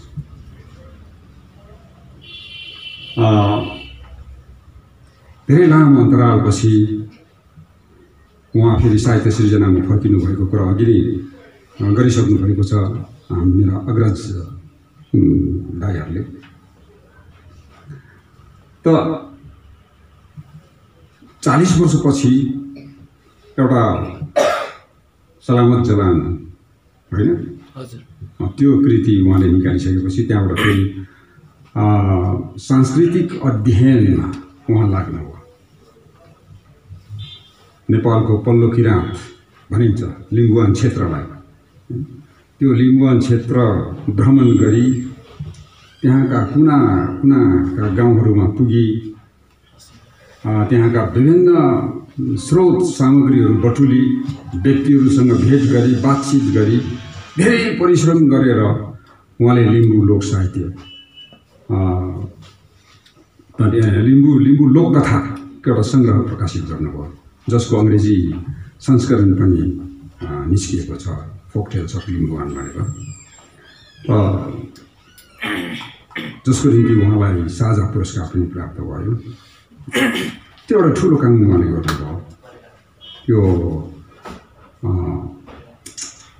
के अरे जुन एउटा एथनिक लिट्रेचर, एथनिक ब्युटीका कुराहरू साहित्यमा अहिलेको कन्टेम्पोरेरी लिट्रेचरमा यी कुराहरू गरिँदैछन् र ती धेरै लामो समयसम्म ओझेलमा परेका, किनारामा पारिएका ती कुराहरू अहिले माथि ल्याइरहेछ। र यो काममा उहाँको यो लिम्बुवानको लोककथा धेरै ठुलो सहयोगको काम गर्छ त्यो पुस्तकले, र त्यस्तो काम गर्नुभयो। अनि त्यसको केही वर्षपछि फेरि त्योभन्दा अझ बृहत्तर काममा उहाँ लाग्नुभयो, आफूलाई पुरै होम्नुभयो। लिम्बू लोकवार्ता 2-3 वर्ष अगाडि मात्र ठुलो ग्रन्थ नै उहाँले प्रकाशित गर्नुभयो, लिम्बू लोकवार्ता, जसको निमित्त उहाँ हाम्रो एउटा ठुलो के भनौँ बधाईका पात्र हुनुहुन्छ। र यसरी आज हामीले यो कृति पाएका छौँ। मैले घनाङ सुब्बा दाजुलाई बारम्बार के भनिरहेको छु भनेदेखि मैले 3-4 पल्ट जस्तो दोहोऱ्याएर उहाँलाई भनेको छु। प्रत्येकपल्ट भेट्दाखेरि दाजु तपाईँ फौजी जीवन बिताएर आउनुभएको, तपाईँ लेखक आफै, तपाईँमा लेख्ने क्षमता छ, तपाईँमा लेख्ने प्रतिभा छ, र त्यो फौजी जीवनमा बिताएर आएका जति पनि अनुभव अनुभूतिहरू छन् ती कुराहरूलाई त खालि फौजी जीवनको मात्र, तपाईँ भर्ना भएको दिनदेखि फौजमा भर्ती भएर गएको दिनदेखि लिएर अवकाश प्राप्त गरिन्जेलसम्मको अनुभवहरू अनुभूतिहरूलाई चाहिँ तपाईँले लेख्नुहोस् र संस्मरणको पुस्तक प्रकाश गर्नुहोस्। यो किसिमको साहित्य हाम्रो नेपाली साहित्यमा यो विधा एकदमै कमजोर भएर गइरहेको छ। हामी विश्वको लडाकु जाति, विश्वविख्यात वीर जाति, हामी मार्सियल रेस जो हामीलाई भनिन्छ, लडाकु जाति जो भनिन्छ, तर हाम्रै नै चाहिँ युद्ध साहित्य छैन। युद्ध साहित्य, वार लिट्रेचर अत्यन्तै कमजोर छ। अघिल्लो दुईटै विश्वयुद्धमा नाम कमाएका हाम्रा योद्धाहरू छन्, भिक्टोरिया क्रस पाउने योद्धाहरू छन्, विभिन्न तकमा पाउने योद्धाहरू छन्, भारतीय गोर्खा फौजमा परमवीर चक्र पाउनेहरू छन्, अनेकौँ वीर चक्र पाउनेहरू छन्। तर कसैले यो सामरिक साहित्य जो भनिन्छ है, सामरिक साहित्यमा कसैले जति कलम चलाउनु पनि चलाएका छैनन्। र त्यसो हुँदाखेरि हामी सामरिक जाति हुँदाहुँदै पनि हाम्रो पुस्तकालयमा सामरिक साहित्य हाम्रो छैन। देखाउनु लायकको हाम्रो यो वार लिट्रेचर यो यति छ, यति लेखिएको छ, यो विधामा वार पोइट्री छ, वार सर्ट स्टोरिज छ, वार फिक्सनहरू छ, अनि वार मेमोयर्स छ भनेर देखाउनु लायकको छैन हाम्रोमा। त यसको निमित्त मैले बारम्बार उहाँलाई आग्रह गरेँ, बिन्ती गरेँ, तपाईँले लेख्नुपर्छ। हुन त तपाईँ कम्ब्याट फोर्समा हुनुहुन्न थियो, क्लरिकल पोस्टमा, तैपनि त्यो सामरिक प्रशिक्षण त उहाँले लिनुभयो नि त, ट्रेनिङ लिनुभएको छ। र त्यसका त्यो जे जति आफ्ना साथीहरूले लडेका युद्धहरूको कुराहरू, युद्धभूमिको कुराहरू, त्यसको फर्स्ट ह्यान्ड इन्फर्मेसन त उहाँले पाउनु भएको हो नि त। ती कुराहरूलाई र त्यसको प्रतिक्रिया कस्तो भयो त्यति बेला, के कस्तो भयो, यी कुराहरूलाई लेख्नुहोस्। एउटा मिठो संस्मरण, गतिलो संस्मरण हुन्छ त्यो, ठुलो हाम्रो लागि, हाम्रो साहित्यमा ठुलो धन हुन्छ त्यो। मलाई मैले बारम्बार भनेपछि मलाई अत्यन्त खुसी लागेको छ। पछिल्लो समयमा उहाँले मलाई एकपल्ट फोनमा भन्नुभयो, मैले लेख्न थालेँ, लेख्दैछु, 50-60 पेज कति पुर्याइसकेको छु भनेपछि चाहिँ मलाई आनन्द लागिरहेको छ। र त्यो उहाँको जब प्रकाशित हुन्छ त्यो हाम्रो निमित्त अत्यन्त महत्त्वपूर्ण कृति हुनेछ। उहाँको मात्र होइन, हामी सबैको निमित्त त्यो एउटा महत्त्वपूर्ण कृति हुनेछ भन्ने मलाई लाग्छ। र त्योभन्दा अघि पनि मैले कतिपय लेखक पूर्व सैनिकहरूलाई आग्रह गरेको थिएँ। एकजना यहाँ जिडिएनएसमा अध्यक्ष पनि बस्नुभयो, कर्णल मङ्गलसिंह सुब्बा। उहाँ लेखक, कथा लेख्नुहुन्थ्यो, कविता लेख्नुहुन्थ्यो, निबन्ध लेख्नुहुन्थ्यो, तर आफ्नो फौजी जीवनबारे एउटा केही पनि लेख्नु भएन। मैले भेटेर 2-3 पल्ट भने, तपाईँ भारतीय फौजमा कर्नलको पदसम्म पुग्नु भएको कति अनुभव होला तपाईँमा, फौजी जीवन, ती कुराहरूलाई लेख्नुहोस् न। तर उहाँले लेख्नु भएन। उहाँ भित्र जानुभयो, त्यो अनुभूति उहाँसँगै गयो। र नेक्स्ट पब्लिकेसन, नेक्स्ट बुक उहाँको निश्चय नै त्यो मैले उहाँलाई निवेदन गरेको अनुसार निस्किनेछ। जो निस्किएपछि त्यसको फेरि विमोचन यसरी नै होस्, हामी फेरि रमाउन पाऊँ, यही आग्रह लाग्दै र आजको यो पुस्तक यसरी लोकार्पित भएकोमा धनङ सुब्बा दाजुलाई फेरि पनि एकपल्ट म हार्दिक बधाई भन्दै परिवारलाई पनि बधाई प्रकट गर्दै यहाँबाट बिदा दिन्छु। धन्यवाद।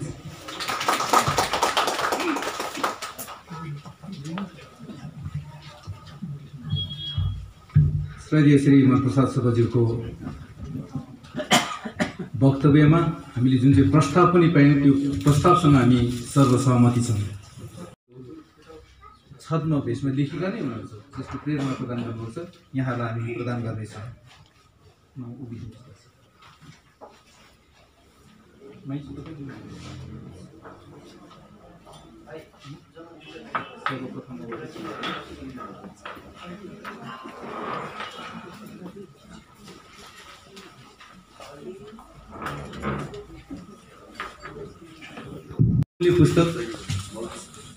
यति बहुमूल्य समारोह र यस क्षणमा हामीलाई निमन्त्रणा गर्नुभए नेपाली साहित्य जगतलाई नै आफ्नो कृति र यो मुहुर्त प्रदान गर्नुभएकोमा आभार व्यक्त गर्दछु।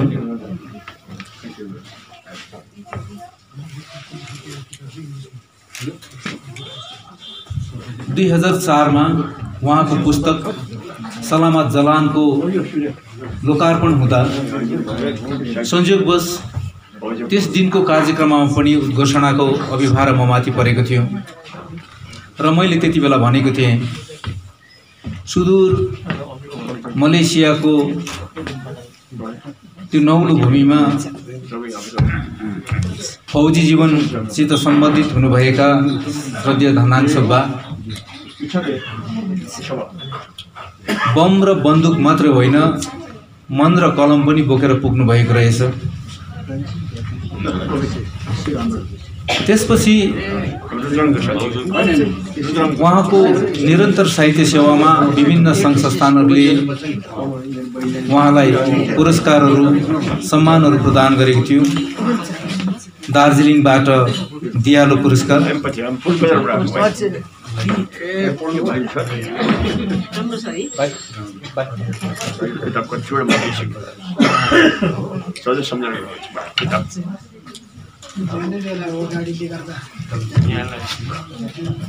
दियालो पुरस्कार, सिक्किमबाट स्रष्टा पुरस्कार, काठमाडौँबाट मैया बासु पन्त स्मृति सम्मान पुरस्कार, भारतको बेङ्गलोरबाट टाइम्स अफ इन्डियाद्वारा प्रायोजित अन्तर्राष्ट्रिय लोक उत्सवमा नगद पुरस्कार, गोर्खाल्यान्ड क्षेत्रीय प्रशासनले सन् 2018 मा भानुभक्त पुरस्कार र काठमाडौँबाट श्रीजङ्ग पुरस्कार किरात याक्थुम चुम्लुङ। त्यसरी उहाँको कृतिहरूलाई हामीले आजको यो खादामालाको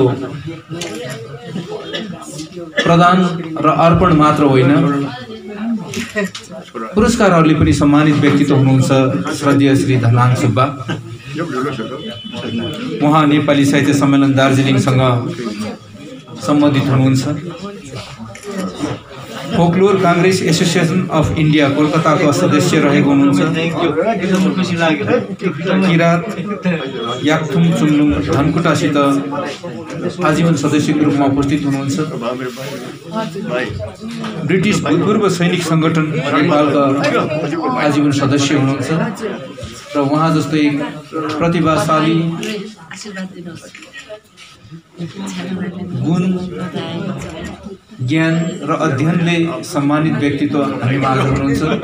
अब उहाँबाट हामी मुख्य अतिथि लोक थापाज्यू, अतिथिद्वय सर्वश्री भट्टाचार्य, श्रीमती सुब्बाज्यू, पार्टी प्रखण्ड प्रतिनिधि हरिण हराइज्यू र सम्पूर्ण उपस्थित दाजुभाइ तथा दिदीबहिनीहरूलाई मेरो सेवाहरू नमस्कार। यस पुस्तक विमोचनमा लेखकको तर्फबाट दुई शब्द बोल्नै पर्ने हुनाले म यहाँ उभिएको छु। पुस्तक सम्बन्धी लेखकले नै भन्न पर्ने एउटा असहजता हो। यो पुस्तक धेरै अघि नै तयारी भएको हो, तर कोरोना विश्व महामारीले गर्दा आज मात्र विमोचन गर्न समर्थ भए। यस विमोचन कार्यमा नेपाली साहित्य सम्मेलनका धेरै साथीभाइहरूलाई निवेदन गर्ने इच्छा थियो, तर यो विश्वव्यापी महामारी र स्वास्थ्यको सचेतनलाई ध्यान राख्दै सीमित सङ्ख्यामा मात्र साथीहरूलाई निमन्त्रण गर्न सके। ती साथीहरू जसलाई मैले निमन्त्रण गर्न सकेन उहाँलाई पनि अहिले म सम्झिनै रहेको छु। यस पुस्तकमा 13वटा कथाहरू समावेश गरेको छु। यी कथाहरू कहीँ नियन्त्रणात्मक, सहसमानक, घटनात्मक र आत्मपूरक छन्। मेरो जीवनमा देखेका, भोगेका, घटेका कुराहरूलाई कथामा रूपान्तरण गरी व्यक्त गरेको छु। यी कथाहरू रोचक लागे दोहोऱ्याएर पढिनुहोस्। यदि असजिलो टर्रो खरो लाग्यो सरमैले भए पनि एकपल्ट आधापन्त पढिदिनुहोस् भन्ने म अनुरोध गर्छु। अन्तमा यस कोरोनाको विश्व महामारीमा पनि आफ्नो स्वास्थ्यको कामना गरी यस निर्वाचन कार्यलाई सफल तुल्याउन यहाँको गरिमामय उपस्थितिको निम्ति धन्यवाद दिँदै प्रशंसा गर्दै मेरो कुराकान्त यही टुङ्गाउँछु। धन्यवाद। हामी समयलाई खेर नफाली अध्यक्षीय भाषणको लागि श्रद्धेय गुरुआमा श्री मोनिका मुखिया गर्न आग्रह गर्दछु।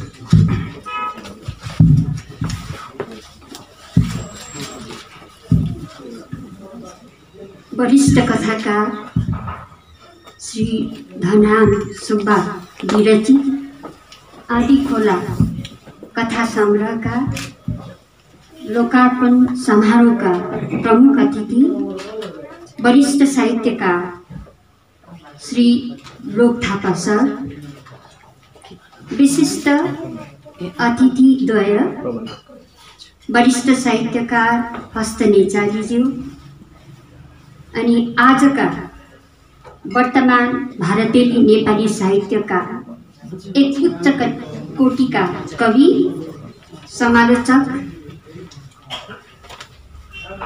अनि साहित्यकार मनप्रसाद सुब्बाजी, जो किनारीकृत साहित्यका प्रवर्तक पनि हुनुहुन्छ दार्जिलिङ क्षेत्रबाट।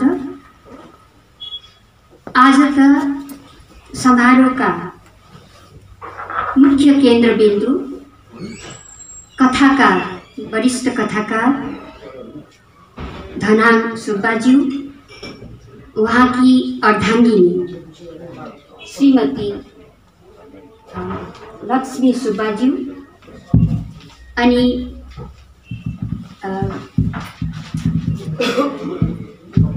यस प्रेक्षागृहमा उपस्थित हुने सम्पूर्ण विद्वतजन, ती चाहे साहित्य क्षेत्रका हुन्, सङ्गीत क्षेत्रका हुन् अथवा पर्यावरण क्षेत्रका, सबैलाई मेरो हार्दिक नमन।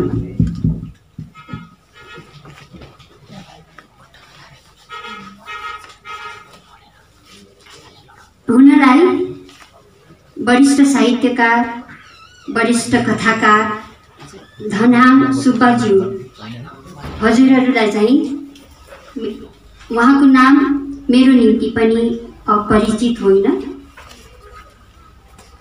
धेरै अघिदेखि नै उहाँ भारतीकालीन कथाकार हुन् भनेर मैले सुन्दै आएकी हुँ। प्राज्ञ डाक्टर गोविन्द भट्टराज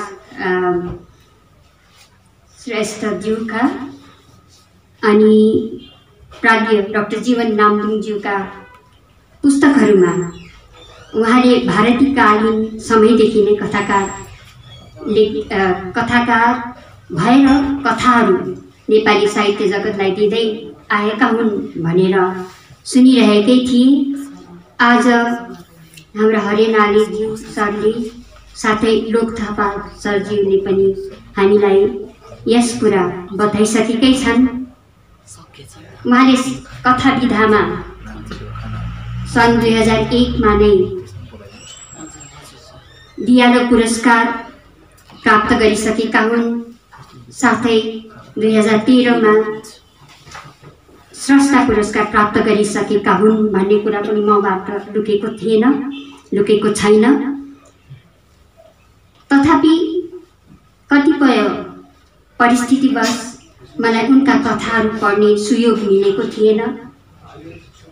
तर केही वर्ष अघि उहाँले मलाई लिम्बुवानका लोककथाहरू अनि फोक टेल्स अफ लिम्बुवान उहाँले मलाई उदारतापूर्वक दिनुभएको थियो।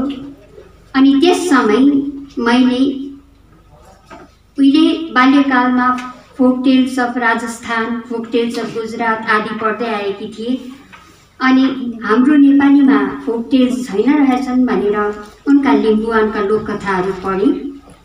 अनि त्यहाँ भएका 63वटा लोककथाहरू, लिम्बुवान सम्बन्धी लोककथाहरू पढेर म अत्यन्त प्रभावित भएँ। जुन श्रमसाध्य साधना अनुसार उनले ती 63 कथाहरू लेखेका रहेछन्, त्यसले लिम्बू जातिको संस्कृति, सभ्यता इत्यादि विषयमा हामीलाई अत्यन्त ठुलो ज्ञान दिएका रहेछन्। अनि त्यसबेला मैले मनमा नै भने उहाँ साँच्चै नै एक विरल लोककथाकार रहेछन्। तथापि उनको लोककथाकारको व्यक्तित्वले प्रभावित भएर मैले कसो कसो उहाँको कथाकारको व्यक्तित्वलाई नजरअन्दाज गरेकी थिएँ। केही दिन अघि उहाँले मलाई फोन मार्फत आजको कार्यक्रमको निमित्त निमन्त्रणा दिनुभयो, साथै यसको सभा अध्यक्षता गरिदिने पनि आग्रह गर्नुभयो। मैले उहाँलाई भने, वरिष्ठ साहित्यकारहरू हुनुहुन्छ, दाजु मलाई किन यस्तो भन्नुभएको भन्दा उहाँले भन्नुभयो यो मेरो आन्तरिक इच्छा हो नि त बहिनी, मान्छेको आफ्नो आफ्नो इच्छा हुन्छ भने। अनि उनको त्यो कथनले, उनको त्यो इमानदार, उनको त्यो विनम्र आग्रहलाई मैले टार्न सकिनँ अनि मैले सहर्ष त्यसलाई स्वीकार गरेँ। उहाँले मलाई तर त्यो निमन्त्रणा सँगसँगै फोनमा वार्तालाप अन्त गर्न अघि एउटा उत्तरदायित्व पनि दिनुभयो। उहाँले भन्नुभयो तपाईँको निम्ति म किताब कहाँ छोडिदिउँ, तपाईँले स्टडी गरेर आउनुपर्छ नि त बहिनी भनेर भन्नुभयो। एक प्रकारले म झसङ्ग भएँ। अनि उहाँलाई मैले भने मोतीलाल ब्राह्मणजी जो हाम्रो सहयात्री पनि हुनुहुन्छ साहित्य यात्रामा अनि सहृदयी पनि हुनुहुन्छ, उहाँको दोकानमा छोडिदिनुहोस् न भन्दा उहाँले छोडिदिनु भयो। अनि मैले त्यो पुस्तक लिएर आएँ अनि पढेँ त्यो पुस्तक। यस कथा सङ्ग्रहमा मैले देखेँ 13वटा अति सुन्दर कथाहरू रहेछन्। तर आज मनप्रसाद सुब्बाज्यूको वक्तव्य सुनेपछि यसलाई संस्मरण भन्नु या कथा भन्नु कसो कसो म पनि अन्यलमा परेँ। तर मैले एउटा मन बनाइसकेको छु, म त्यसलाई संस्मरणात्मक शैलीमा लेखिएको कथा नै भन्छु। कारण आज विधा भञ्जनको युग हो अनि विधा भञ्जनको युगमा कुनै एउटा विधामा डटेर बस्नुपर्छ भनेर कुनै बाध्यता छैन होला पाठकलाई। मेरो पाठकीय दृष्टिकोणमा ती कथाहरू संस्मरणात्मक शैलीमा लेखिएका कथाहरू नै हुन् अनि ती कथाहरू मलाई अत्यन्त रोचक लाग्यो। त्यसको निम्ति म हाम्रा धनाङ सुब्बाज्यूलाई हार्दिक बधाई दिँदछु। अब ती कथाहरू पढिसकेपछि म एक दुविधामा परेँ। धनाङ सुब्बा लोककथाकारको व्यक्तित्व र धनाङ सुब्बा कथाकारको व्यक्तित्वमा कसको पल्ला भारी। अनि जब म उनका लिम्बुवानका कथाहरू पढ्दै थिएँ त्यसबेला मैले मन बनाइसकेको थिएँ उनी एक अब्बल दर्जाका लोककथाकार हुन्। तर आँधीखोला कथा सङ्ग्रह पढेपछि मलाई उनी एक अब्बल दर्जाका कथाकार जस्तै लाग्यो अनि म यो निष्कर्षमा पुगेकी छु उनी यदि एक अनन्य विरल लोककथाकार हुन् भने उनी एक बेजोड कथाकार पनि हुन्। धनाङ सुब्बा सर, मलाई आजको यस विमोचन समारोहमा निमन्त्रणा दिनुभएको निम्ति म हार्दिक तपाईँलाई धन्यवाद ज्ञापन गर्दछु। हुन त आजको यस युगमा कथा क्षेत्रमा कथा लेख्नेहरू धेरै नै छन्। मैले यहाँ तपाईँहरूलाई भनिबस्नु पर्दैन, तपाईँ सबै विद्वत जन हुनुहुन्छ। हाम्रा मनप्रसाद सुब्बाज्यूको ज्ञानको अगाडि हामी त एउटा सूर्यलाई दियो देखाएको जस्तै हुन्छौँ। तथापि एउटा कुरा भन्न मन लागेको छ, आजको युगमा विशेष गरिकन युवा प्रतिभाशाली कथाकारहरू छन्।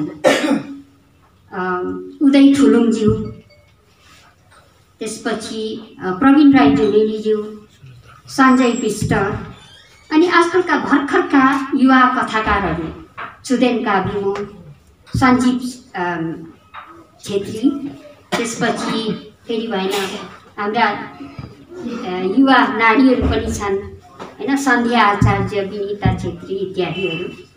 अनि तिनीहरूका कथाहरू पढेपछि मलाई कस्तो कस्तो लाग्छ, उनीहरूसित प्रतिस्पर्धा गर्नमा हाम्रा सायद वरिष्ठ कथाकारहरू पछि पर्छन् कि जस्तो लाग्छ। तर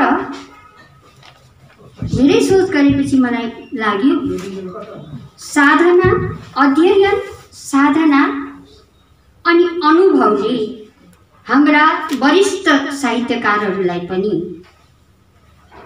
आउटडेटेड हुन अनि ओब्सोलिट हुन दिँदैनन्। उनीहरू पनि चिरहरित रहन्छन्, उनीहरूमा पनि एक प्रकारको फ्रेसनेस सधैँभरि रहन्छ। अनि त्यसको प्रत्यक्ष प्रमाण हाम्रा धन्याङ सुब्बाकृत आजको आँधी खोला कथा सङ्ग्रहले हामीलाई दिएका छन्। ती कथाहरू पढ्दाखेरि हामी एक प्रकारको फ्रेसनेस पाउँछौँ। विषयहरू पुरानै छन्, उनले कुनै नयाँ आजका युवा जमातले उठान गरेका पेचिदा विषयहरूलाई उठान गरेका छैनन्। अत्यन्त सरल विषयहरू छन्, तर जुन प्रकारले उनले प्रस्तुत गरेका छन् त्यो प्रस्तुतिले उनको कथामा एक प्रकारको फ्रेसनेस दिएको छ, जो कुनै पनि पाठकले पूर्ण रूपले एन्जोय गर्न सक्छन्, आनन्द, रसपान, रसास्वादन गर्न सक्छन्। अब आजको यस पुस्तकको विषयमा हाम्रा प्रमुख अतिथिले त यति सुन्दर भूमिका लेख्नु भएको छ, त्यो भूमिका पढेर नै यो पुस्तक के छ कस्तो छ हामीले बुझिहाल्छौँ। त्यसलाई म पुनरावृत्ति गर्न चाहदिनँ, कारण समयको पनि अभाव छ। तथापि जुन कुराहरूले मलाई छोएको छ ती केवल तपाईहरुसित संक्षिप्तमा म साझा गर्ने प्रयास गर्नेछु। अघि नै भनियो, फौजी जीवन बिताएर आउनुभएका धनाङ सुब्बाज्यूले फौजी विषयहरू पनि यस कथा संग्रहमा समावेश गरेका छन्। फौजी जीवन विषय अघि नै हाम्रा मनप्रसाद सुब्बाज्यूले भनिसक्नुभयो, धेरै लेखिएका छैनन्। लेख्नेहरूले पनि फौजी जीवनको भित्र पसेर फौजी जीवनलाई इमानदारीपूर्वक यथार्थ फौजी जीवन प्रस्तुत गर्ने कोसिस गरेका छैनन्। हुन त पहिला विद्यार्थी छँदा हामीले बिना कुरा मलाई थाहा छ, हामी सँगै पढेका हौँ। सिपाही विश्वेश्वर प्रसाद कोइरालाको अनि क्याम्प उठ्यो हरिप्रसाद गोर्खा राईको पढेका हौँ अनि अत्यन्त आनन्दसित त्यसलाई पठन गरेका हौँ। तर त्यसले सिपाही जीवनको केवल एक रोचक पक्षलाई मात्र प्रस्तुत गरेका छन्। धनाङ सुब्बाज्यूले आफैले फौजी जीवन बिताएको हुनाले उनले फौजी जीवनका जति पनि कुराहरू लेखेका छन् स्वानुभूतिले, आफ्नै अनुभूतिले लेखेका छन्। त्यसैकारण ती अत्यन्त विश्वसनीय छन्। हामी कथाहरू पढ्दै जाँदा 24 घण्टा राइफल चलेको अनि उहाँले एक ठाउँमा लेख्नु भएको छ 303 कमरमा बाँधेर सुतेको, फेरि सिपाहीहरूले गस्ती लगाएको, कर्फ्यू आएको, यी जम्मै कुराहरू जब हामी पढ्छौँ त्यसबेला हामीले एक सिपाहीले नै ती कुराहरू बताएको जस्तै हामीलाई लाग्छ अनि हामी पूर्ण रूपले विश्वस्त हुन्छौँ। फौजी जीवनको जुन चाहिँ यो पक्ष छ, जोखिमपूर्ण पक्ष, रोमाञ्चक पक्ष, कष्टदायक पक्ष, त्यसलाई उनले अत्यन्त इमानदारी साथ प्रस्तुत गर्नुभएको छ। त्यसको निम्ति पनि म धनाङ सुब्बाज्यूलाई हार्दिक बधाई दिँदछु। यस कथा सङ्ग्रहलाई पढ्दा धेरै दृष्टिकोणले पढ्न सकिन्छ अनि मलाई लाग्यो यसलाई मेरो विचारमा त्यो तपाईहरुको विचारसित नमिल्न पनि सक्छ, कारण आज प्रत्येक कथालाई साहित्यिक कृतिलाई पाठकले आफ्नो दृष्टिकोणले पढ्न सक्छन्, सबैलाई छुट्छ। अनि मैले चाहिँ यो कथा पढ्दाखेरि यसलाई विस्थापनाको दृष्टिकोणले पनि पढ्न सकिन्छ कि जस्तो लाग्यो। अघि लोक थापा सरले भन्नुहुँदै थियो आँधी खोला कथाको, जहाँनिर लीला अनि मान्वी भागेर आउँछन् पश्चिम नेपालबाट क्यामरुन हाइल्यान्डमा। उनीहरू भागेर आउँछन् कारण उनीहरूलाई भाग्न बाध्य हुन्छ। त्यस बेलाको नेपाली समाजले एक ब्राह्मण नारीलाई एक मगर पुरुषसित विवाह गर्ने त्यो थिएन, अनुमति थिएन। अनि प्रेममा फसेपछि उनीहरू भागेर जान्छन् अनि क्यामरुन हाइल्यान्डमा उनीहरू त्यहाँनिर एकदम आनन्दमय जीवन बिताइरहेका छन्।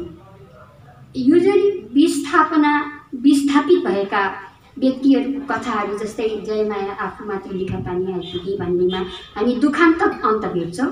यहाँ हामी सुखान्तक भेट्छौँ कारण त्यहाँनिर दुवैजना काम गरिरहेका छन्। लीला पनि महिला प्रहरी भएर काम गरिरहेकी छिन्, छोराछोरी सरकारी स्कुलमा निःशुल्क पढिरहेका छन्। तर जति पनि विस्थापित जानुहुन्छन् उनीहरूको भित्री हृदयमा आफ्नो स्वजाति संस्कृति इत्यादिदेखि छुट्टिनु परेको अलिकति विषाद चाहिँ हुन्छ। अनि जब कथाकार माथि उनीहरूलाई भेटेर माथि जाँदै गरेका हुन्छन्, दुई दम्पति आफ्ना छोराछोरीसित उनलाई तलबाट गेटबाट हात हल्लाइरहेका हुन्छन्, त्यति बेला पाठकको हृदयमा एक प्रकारको टिस लाग्छ। सबै कुरो भएर पनि आफ्नो संस्कृति, आफ्नो सभ्यता, आफ्नो स्वजातिबाट दूर हुँदाखेरि मानिसलाई एक प्रकारको कुनै कुरोको कमी अभाव खप्किरहेकै हुन्छ। अनि सायद कहीँ यसलाई पनि डायस्पोरिक दृष्टिकोणबाट हामी पढ्न सक्छौँ कि जस्तो लाग्छ मलाई। दोस्रो, यस कथालाई एक प्रकारले हामी कथा सङ्ग्रहलाई हामी उपनिवेशवादको दृष्टिकोणले पनि पढ्न सक्छौँ कि जस्तो लाग्छ। ब्रिटिसकालीन दार्जिलिङ वा डुवर्सका क्षेत्रहरूमा ब्रिटिस म्यानेजरहरूको अधीनमा उनीहरूको घरमा घरेलु काम गर्नेहरू हाम्रो नेपालीहरू के हुन्थे र नपढेका बेडर बोबर्ची या कुक या पानीवाला रोटीवाला इत्यादि त हुन्थे। अनि रोटीवाला मामा पनि प्रत्येक हप्तामा 2 पल्ट शनिबार सोमबार अनि अर्को कुनै दिन पनि 3 दिन जस्तो उनी छोटा पुबुङबाट पैदल हिँडेर दार्जिलिङ आउन पर्थ्यो साहेबहरूको निम्ति रोटी हाम ससेज इत्यादि लिन। त्यति बेला छोटा पुबुङदेखिको दार्जिलिङसम्मको जुन चाहिँ बाटो थियो त्यो घनघोर जङ्गलले भरिएको तपाईँहरूले पढ्नुहुन्छ। अनि त्यहाँनिर आउँदाखेरि बाटोमा जुगाहरू लाग्थ्यो, तर उनी खाली खुट्टा आउँथे, उनको खुट्टामा जुत्ता हुँदैन थियो। तर ती साहेबहरूले उनलाई एक जोडी जुत्ता किनिदिने जस्तो पनि उदारता देखाएन। अनि ती मामाको एउटै इच्छा थियो, एउटा बुट लाउने। अनि उनले कथाकारलाई भन्छन्, भानिज तिमी पछि पल्टन गएपछि मलाई एक जोडी बुट ल्याइदेऊ ल भनेर ल्याइ पनि दिनुहुन्छ।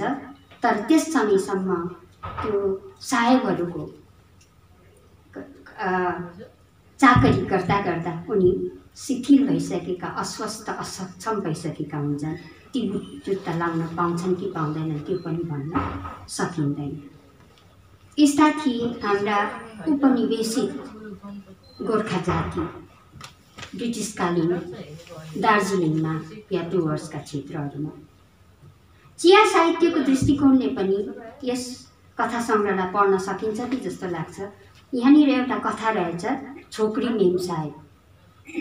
अब टी गार्डन्सतिर त्यति बेला साहेबहरू हुन्थे अनि हाम्रा गोर्खा नारीहरू, स्वस्थ नारीहरू युवा अवस्थामा टी गार्डनतिर काम गर्थे। अनि उनीहरूको रूपले मोहित भएर साहेबहरू उनीहरूको प्रेममा फस्थे अनि कतिजना त घरजम पनि गर्थे। अब तीमध्ये कथाकारले कृतिकारले जुन चाहिँ छोकरी मेम साहेबको कुरा गर्नुभएको छ, नयाँ शैली, उहाँको रूपले मोहित भएर पिटर साहेब उहाँको प्रेममा फस्छन् अनि घर आउजाउ गर्छन्। तर अब त्यस बेला यसरी अजातका विदेशी मानिसहरू घरमा आएकोले अरूहरूलाई उनीहरूको घरलाई, नयाँ शैलीको घरलाई छुवाछुतको दृष्टिकोणले हेर्छ भनेर नयाँ शैली आफै पिटर साहेबकोमा जान्छन् अनि उनीहरू घर जम गरेर बस्छन्। अब त्यहाँनिर एउटा उहाँले एकदम राम्रो पक्ष देखाउनु भएको छ छोकरी मेम साहेबमा, कारण उनले नयाँ शैलीलाई श्रद्धा सम्मान इत्यादि दिएका छन्। उनीहरूको एउटा नानी पनि हुन्छ तर प्रसुतिकालमा नै उनको मृत्यु हुन्छ अभाग्यवश, अनि उनले त्यो कमानको नाम नयाँ शैली राख्छन्। तर छोकरी मेम साहेबहरूको सौभाग्य या भाग्य नियति सधैँभरि त्यस्तो हुँदैन थियो। मैले मेरा मातापिताबाट सुनेको छोकरी मेम साहेब भनेर कतिजना साहेबहरूले उनीहरूलाई मौज मजा गर्यो जिन्दगीभर, अनि इङ्ल्यान्ड फर्केर गएपछि उनीहरूको अलपत्र भएको, अनि उनीहरूले टिबी हस्पिटलहरूतिर गएर दुःख पाएर टिबी भएर खसेका कतिवटा कथाहरू कहानीहरू मैले मेरा मातापिताबाट सुनेको छु। यो उनीहरूले आफ्नै समुदायमा पनि त सम्मान पाउँदैनथे। उनीहरूलाई साहेबको पत्नी मेम साहेब भनेर कसैले पनि एक्सेप्ट गर्दैनथे, उनीहरूलाई छोकरी मेम साहेब भन्थे। अनि एक प्रकारको खिसी ट्युरीको दृष्टिकोणले हेर्थे। यो टी गार्डन लिटरेचरमा यस्तो प्रकारले पनि यो कथालाई लिन सकिन्छ कि जस्तो मलाई लाग्छ। उहाँले एउटा द्वार खोलिदिएको छ, त्योपट्टि टी गार्डन लिटरेचर अध्ययन गर्नेहरूले अझै अघि गएर खोज्न सक्छन् कि जस्तो मलाई लाग्छ।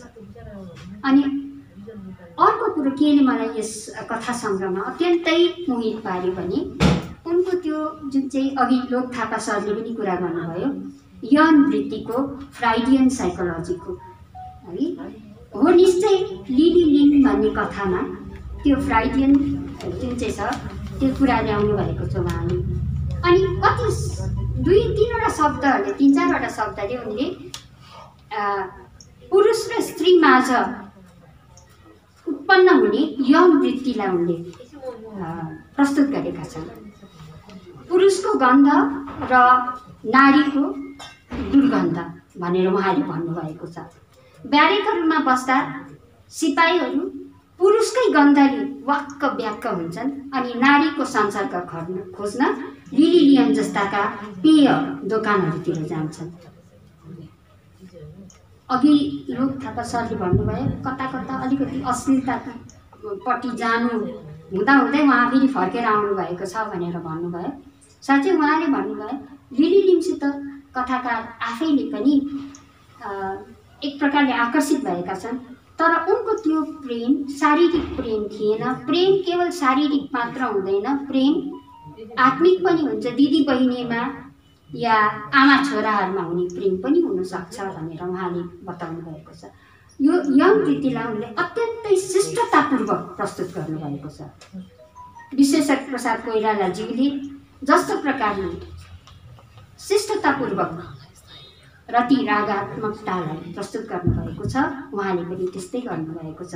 अनि अर्को एउटा कथा छ प्रकाशलाई सम्झाउँदा, त्यहाँ त हामी छनक पनि पाउँदैनौँ यो कथाको आधार चाहिँ यौन वृत्ति हो भनेर।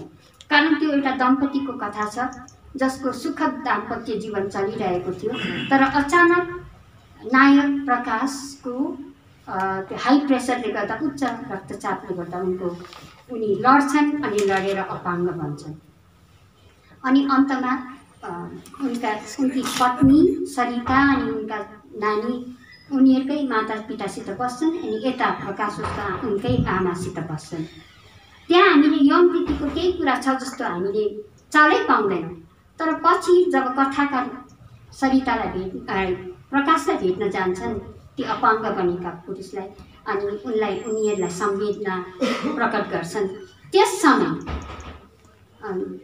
उनलाई सान्त्वना दिएर सान्त्वना त दिन्छन् तर मनमा नै उनले एकालाप गर्छन्। सरिता कहिले पनि फर्केर आउँदिनन् किनभने अब प्रकाश असक्षम बनिसकेको छ। सरिताको यौन इच्छालाई पूर्ण गर्न उनी असक्षम छन्। अनि त्यहाँबाट उनले अत्यन्तै सुन्दर बिम्ब प्रयोग गर्नुभएको छ, पानको हरियो पानको पत्ता र खयरको। त्यो यति सुन्दर ढङ्गले त्यो यति शिष्ट प्रकारले उनले उनको त्यो यौन वृत्तिको प्रस्तुत गरेका छन्। त्यसको निम्ति पनि धनान सुब्बाज्यूलाई हामी हार्दिक बधाई नदिन सक्दैनौँ। सायद फ्रइडले भनेको लिबिडो यही हो कि त्यो एउटा मेरो उद्देश्य मात्रै हो।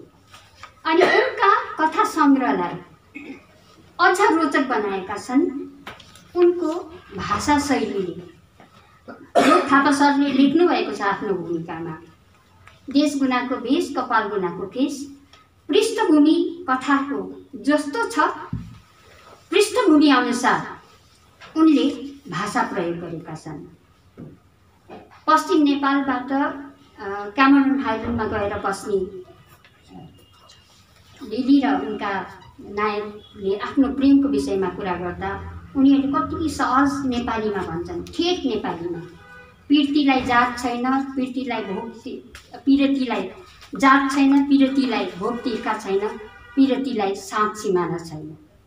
तर यता लिली लेन इत्यादिमा हेर्दाखेरि उनले यो गोर्खा फौजका टिमका त्यो फुटबल खेल्दै गर्दाखेरि उनीहरूले आफ्नो टिमलाई चेयरअप कसरी गर्छन् अरे, चाँडो दगुर गोल हाल इत्यादि। अनि उता मलेसी भाषामा लाडी भनेर भन्छन्। यसरी जस्ता जस्ता पात्रहरू छन् त्यही पात्रअनुसार उनले भाषा प्रयोग गरेका छन्।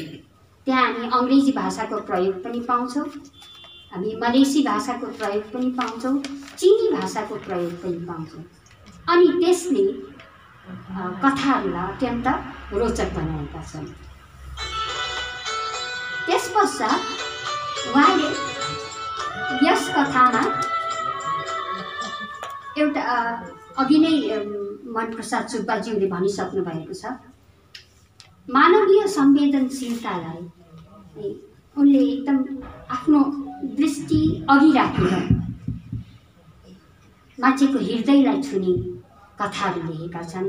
उनको एउटा इच्छाको अवसान कथामा उनले पत्रमित्र पेन पल सरको विषयमा एउटा कथा लेख्नु भएको छ जो अत्यन्तै रोचक छ।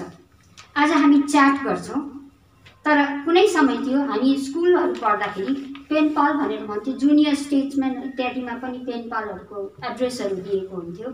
अनि प्रायः जस्तोले पत्रमित्र राख्ने गर्थे।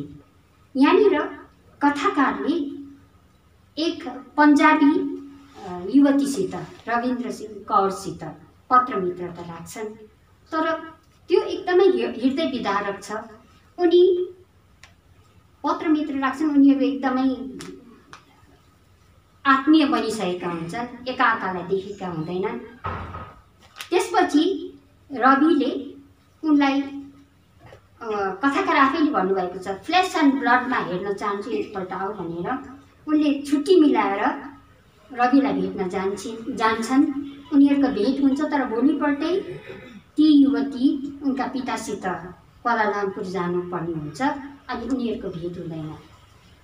त्यही बिच ती पत्रमित्रको विवाह हुन्छ एउटा शिक्षकसित, तर विवाहित उनका पतिले पनि उनलाई पत्रमित्रता कायम राख्ने अनुमति दिएका हुन्छन् अनि उनी पत्रमित्रता राख्ने पक्षमा हुन्छन्।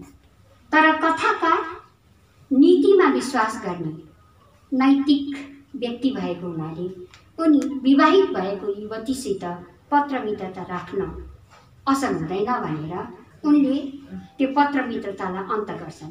तर पछि आएर उनले चाल पाउँछन् त्यो मित्रता कायम नराखेको हुनाले ती पत्रमित्रको देहावसान भइसकेको हुन्छ। अनि उनले अति सुन्दर ढङ्गले आजका युवा या आजको वर्तमान आधुनिक कथाहरूमा पाइने जस्तो ओपन क्वेसन छोडिदिएका छन्। नैतिकता र मित्रताको बिचमा परेर नैतिकताको पक्षमा भाग लिएर मैले मित्रतालाई त्यागेँ कि मेरो पत्र मित्रले मेरो त्यो चोइसबाट दुःख पायो कि भन्ने प्रश्न छोडिदिएका छन् पाठकवर्गलाई। अब पाठकले उनी जस्तै कथाकार सँगसँगै त्यो पत्र मित्रतालाई कायम गर्दाखेरिमा ग्लानी एक प्रकारको पश्चाताप अनुभव गर्न सक्छन्। यसरी 6 दशकको लामो कथा यात्राको उपज हो यो कथा सङ्ग्रह आदि खोला। अनि यसै कारण यो अत्यन्तै रोचक बनेको छ। आजका कतिपय कथाकारहरूले यो आयमिक कालदेखि नै सुरु भएर आएको आफ्नो के भनौँ बौद्धिकता देखाउन वा पेचिदा विषयहरूलाई त्यही प्रकारले प्रस्तुत गर्न उनीहरूले कथाको मलाई त लाग्छ मूल आत्मा हो मनोरञ्जन, त्यसमाथि अतिक्रमण गरेका छन्। अनि त्यही कारण कतिचोटि पाठकले कथा पढ्दा मनोरञ्जन प्राप्त गर्नु त कथा हो, उनीहरू बौद्धिक कसरत गर्नुपट्टि लाग्नुपर्छ। तर धनाङ सुब्बाज्यूका कथाहरूमा पाठकलाई बौद्धिक कसरत गर्ने कुनै पनि आवश्यकता पर्दैन। अघि लोक थापा सरले भन्नुभएको जस्तै अनि मनप्रसाद सुब्बाज्यूले भन्नुभएको जस्तै यति मनोरञ्जनात्मक छन्, त्यसलाई यस ती कथाहरूलाई these stories can be swallowed, they need not be digested, they need not be eaten. अनि यस्ता सिद्धहस्त कथाकारको यो कथा सङ्ग्रह आदि खोला कथा सङ्ग्रह पाएर हामी धन्य भएका छौँ। यसले हाम्रो कथा साहित्यलाई एउटा नयाँ आयाम दिएका छन्। अनि अघि मनप्रसाद सुब्बाज्यूले भन्नुभए जस्तै उहाँबाट फौजी जीवनका अनि जीवनका अन्य पक्षहरूका पनि माथि पनि अनेकौँ सुन्दर कथा सङ्ग्रहहरू भावी जीवनमा पाउने अपेक्षा साँच्दै उहाँलाई एकपल्ट फेरि पनि हार्दिक बधाई दिँदै उहाँका परिवारलाई पनि नमन गर्दै अनि यहाँहरू सबैलाई पनि मेरो गन्तन चुनिदिनु भएको निम्ति हार्दिक धन्यवाद दिँदै म यहाँको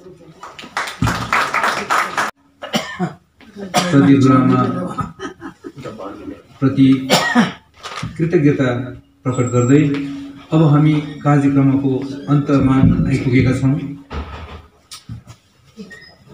कथाकार धनाङ सुब्बाले भन्नुहुन्थ्यो उहाँको युद्ध साहित्य र विशेष गरी त्यो फिल्ड मार्सलको कुराहरूमा भन्दाखेरि जीवन जगतका कुराहरूलाई कसरी लिए त भन्दाखेरि उहाँले एकचोटि कुरा गर्नुभएको छ। उहाँ स्वामी प्रबुधानन्दको अति नै निकटमा रहनुभएका विद्यार्थी र उहाँको मृत्यु शय्याको समयमा पनि उहाँ उपस्थित हुनुभएको र उहाँबाट पनि अभिप्रेरित सिस्टर शालिन प्रबुधानन्द स्वामीको विद्यार्थीको हैसियतमा उहाँले आज पर्यन्त पनि त्यो धर्मलाई निर्वाह गरिरहनु भएको बताउनु भएको छ। हामीले भर्खरै मात्र गुमाएका 100 वर्ष नाग्नुभएका साहित्यकार हेमन्तदास राईपछि अवश्य पनि कथाकार धनाङ सुब्बालाई उहाँको शतवार्षिकी समारोहमा पनि यस्तै साहित्यिक जमघट गर्नेछौँ भन्ने ईश्वरसित पनि बाचा राख्दै कल्पना गर्दै अनि ईश्वरको अनुग्रह माग्दै अब हामी धन्यवाद ज्ञापनमा प्रस्तुत गरिरहेका छौँ। श्रद्धेय दिदी मञ्जुला तामाङ सुब्बाबाट अनि त्यसपछिका बाँकी कार्यक्रम पुस्तक वितरण र भोजन वितरणको कार्यक्रम रहेको छ र उहाँलाई नै यो माइक्रोफोन सुम्पिँदै यी सबै कार्यलाई उहाँले नै पूर्ण गरिदिनुहुन्छ भन्ने म आग्रह गर्दछु। धन्यवाद। आजको लोकार्पण कार्यक्रमका अध्यक्ष माननीय गुरुआमा मेनुका मुखिया लगायत मुख्य अतिथि सर लोक थापाज्यू, अतिथिद्वय मेरा अति नै आदरणीय अङ्कल हस्त नेचालीज्यू, साथै आदरणीय मनप्रसाद सुब्बा अनि हामी परिवारको तर्फबाट निम्तो गरेका यस निम्तोलाई आफ्ना अति नै बहुमूल्य समय साथै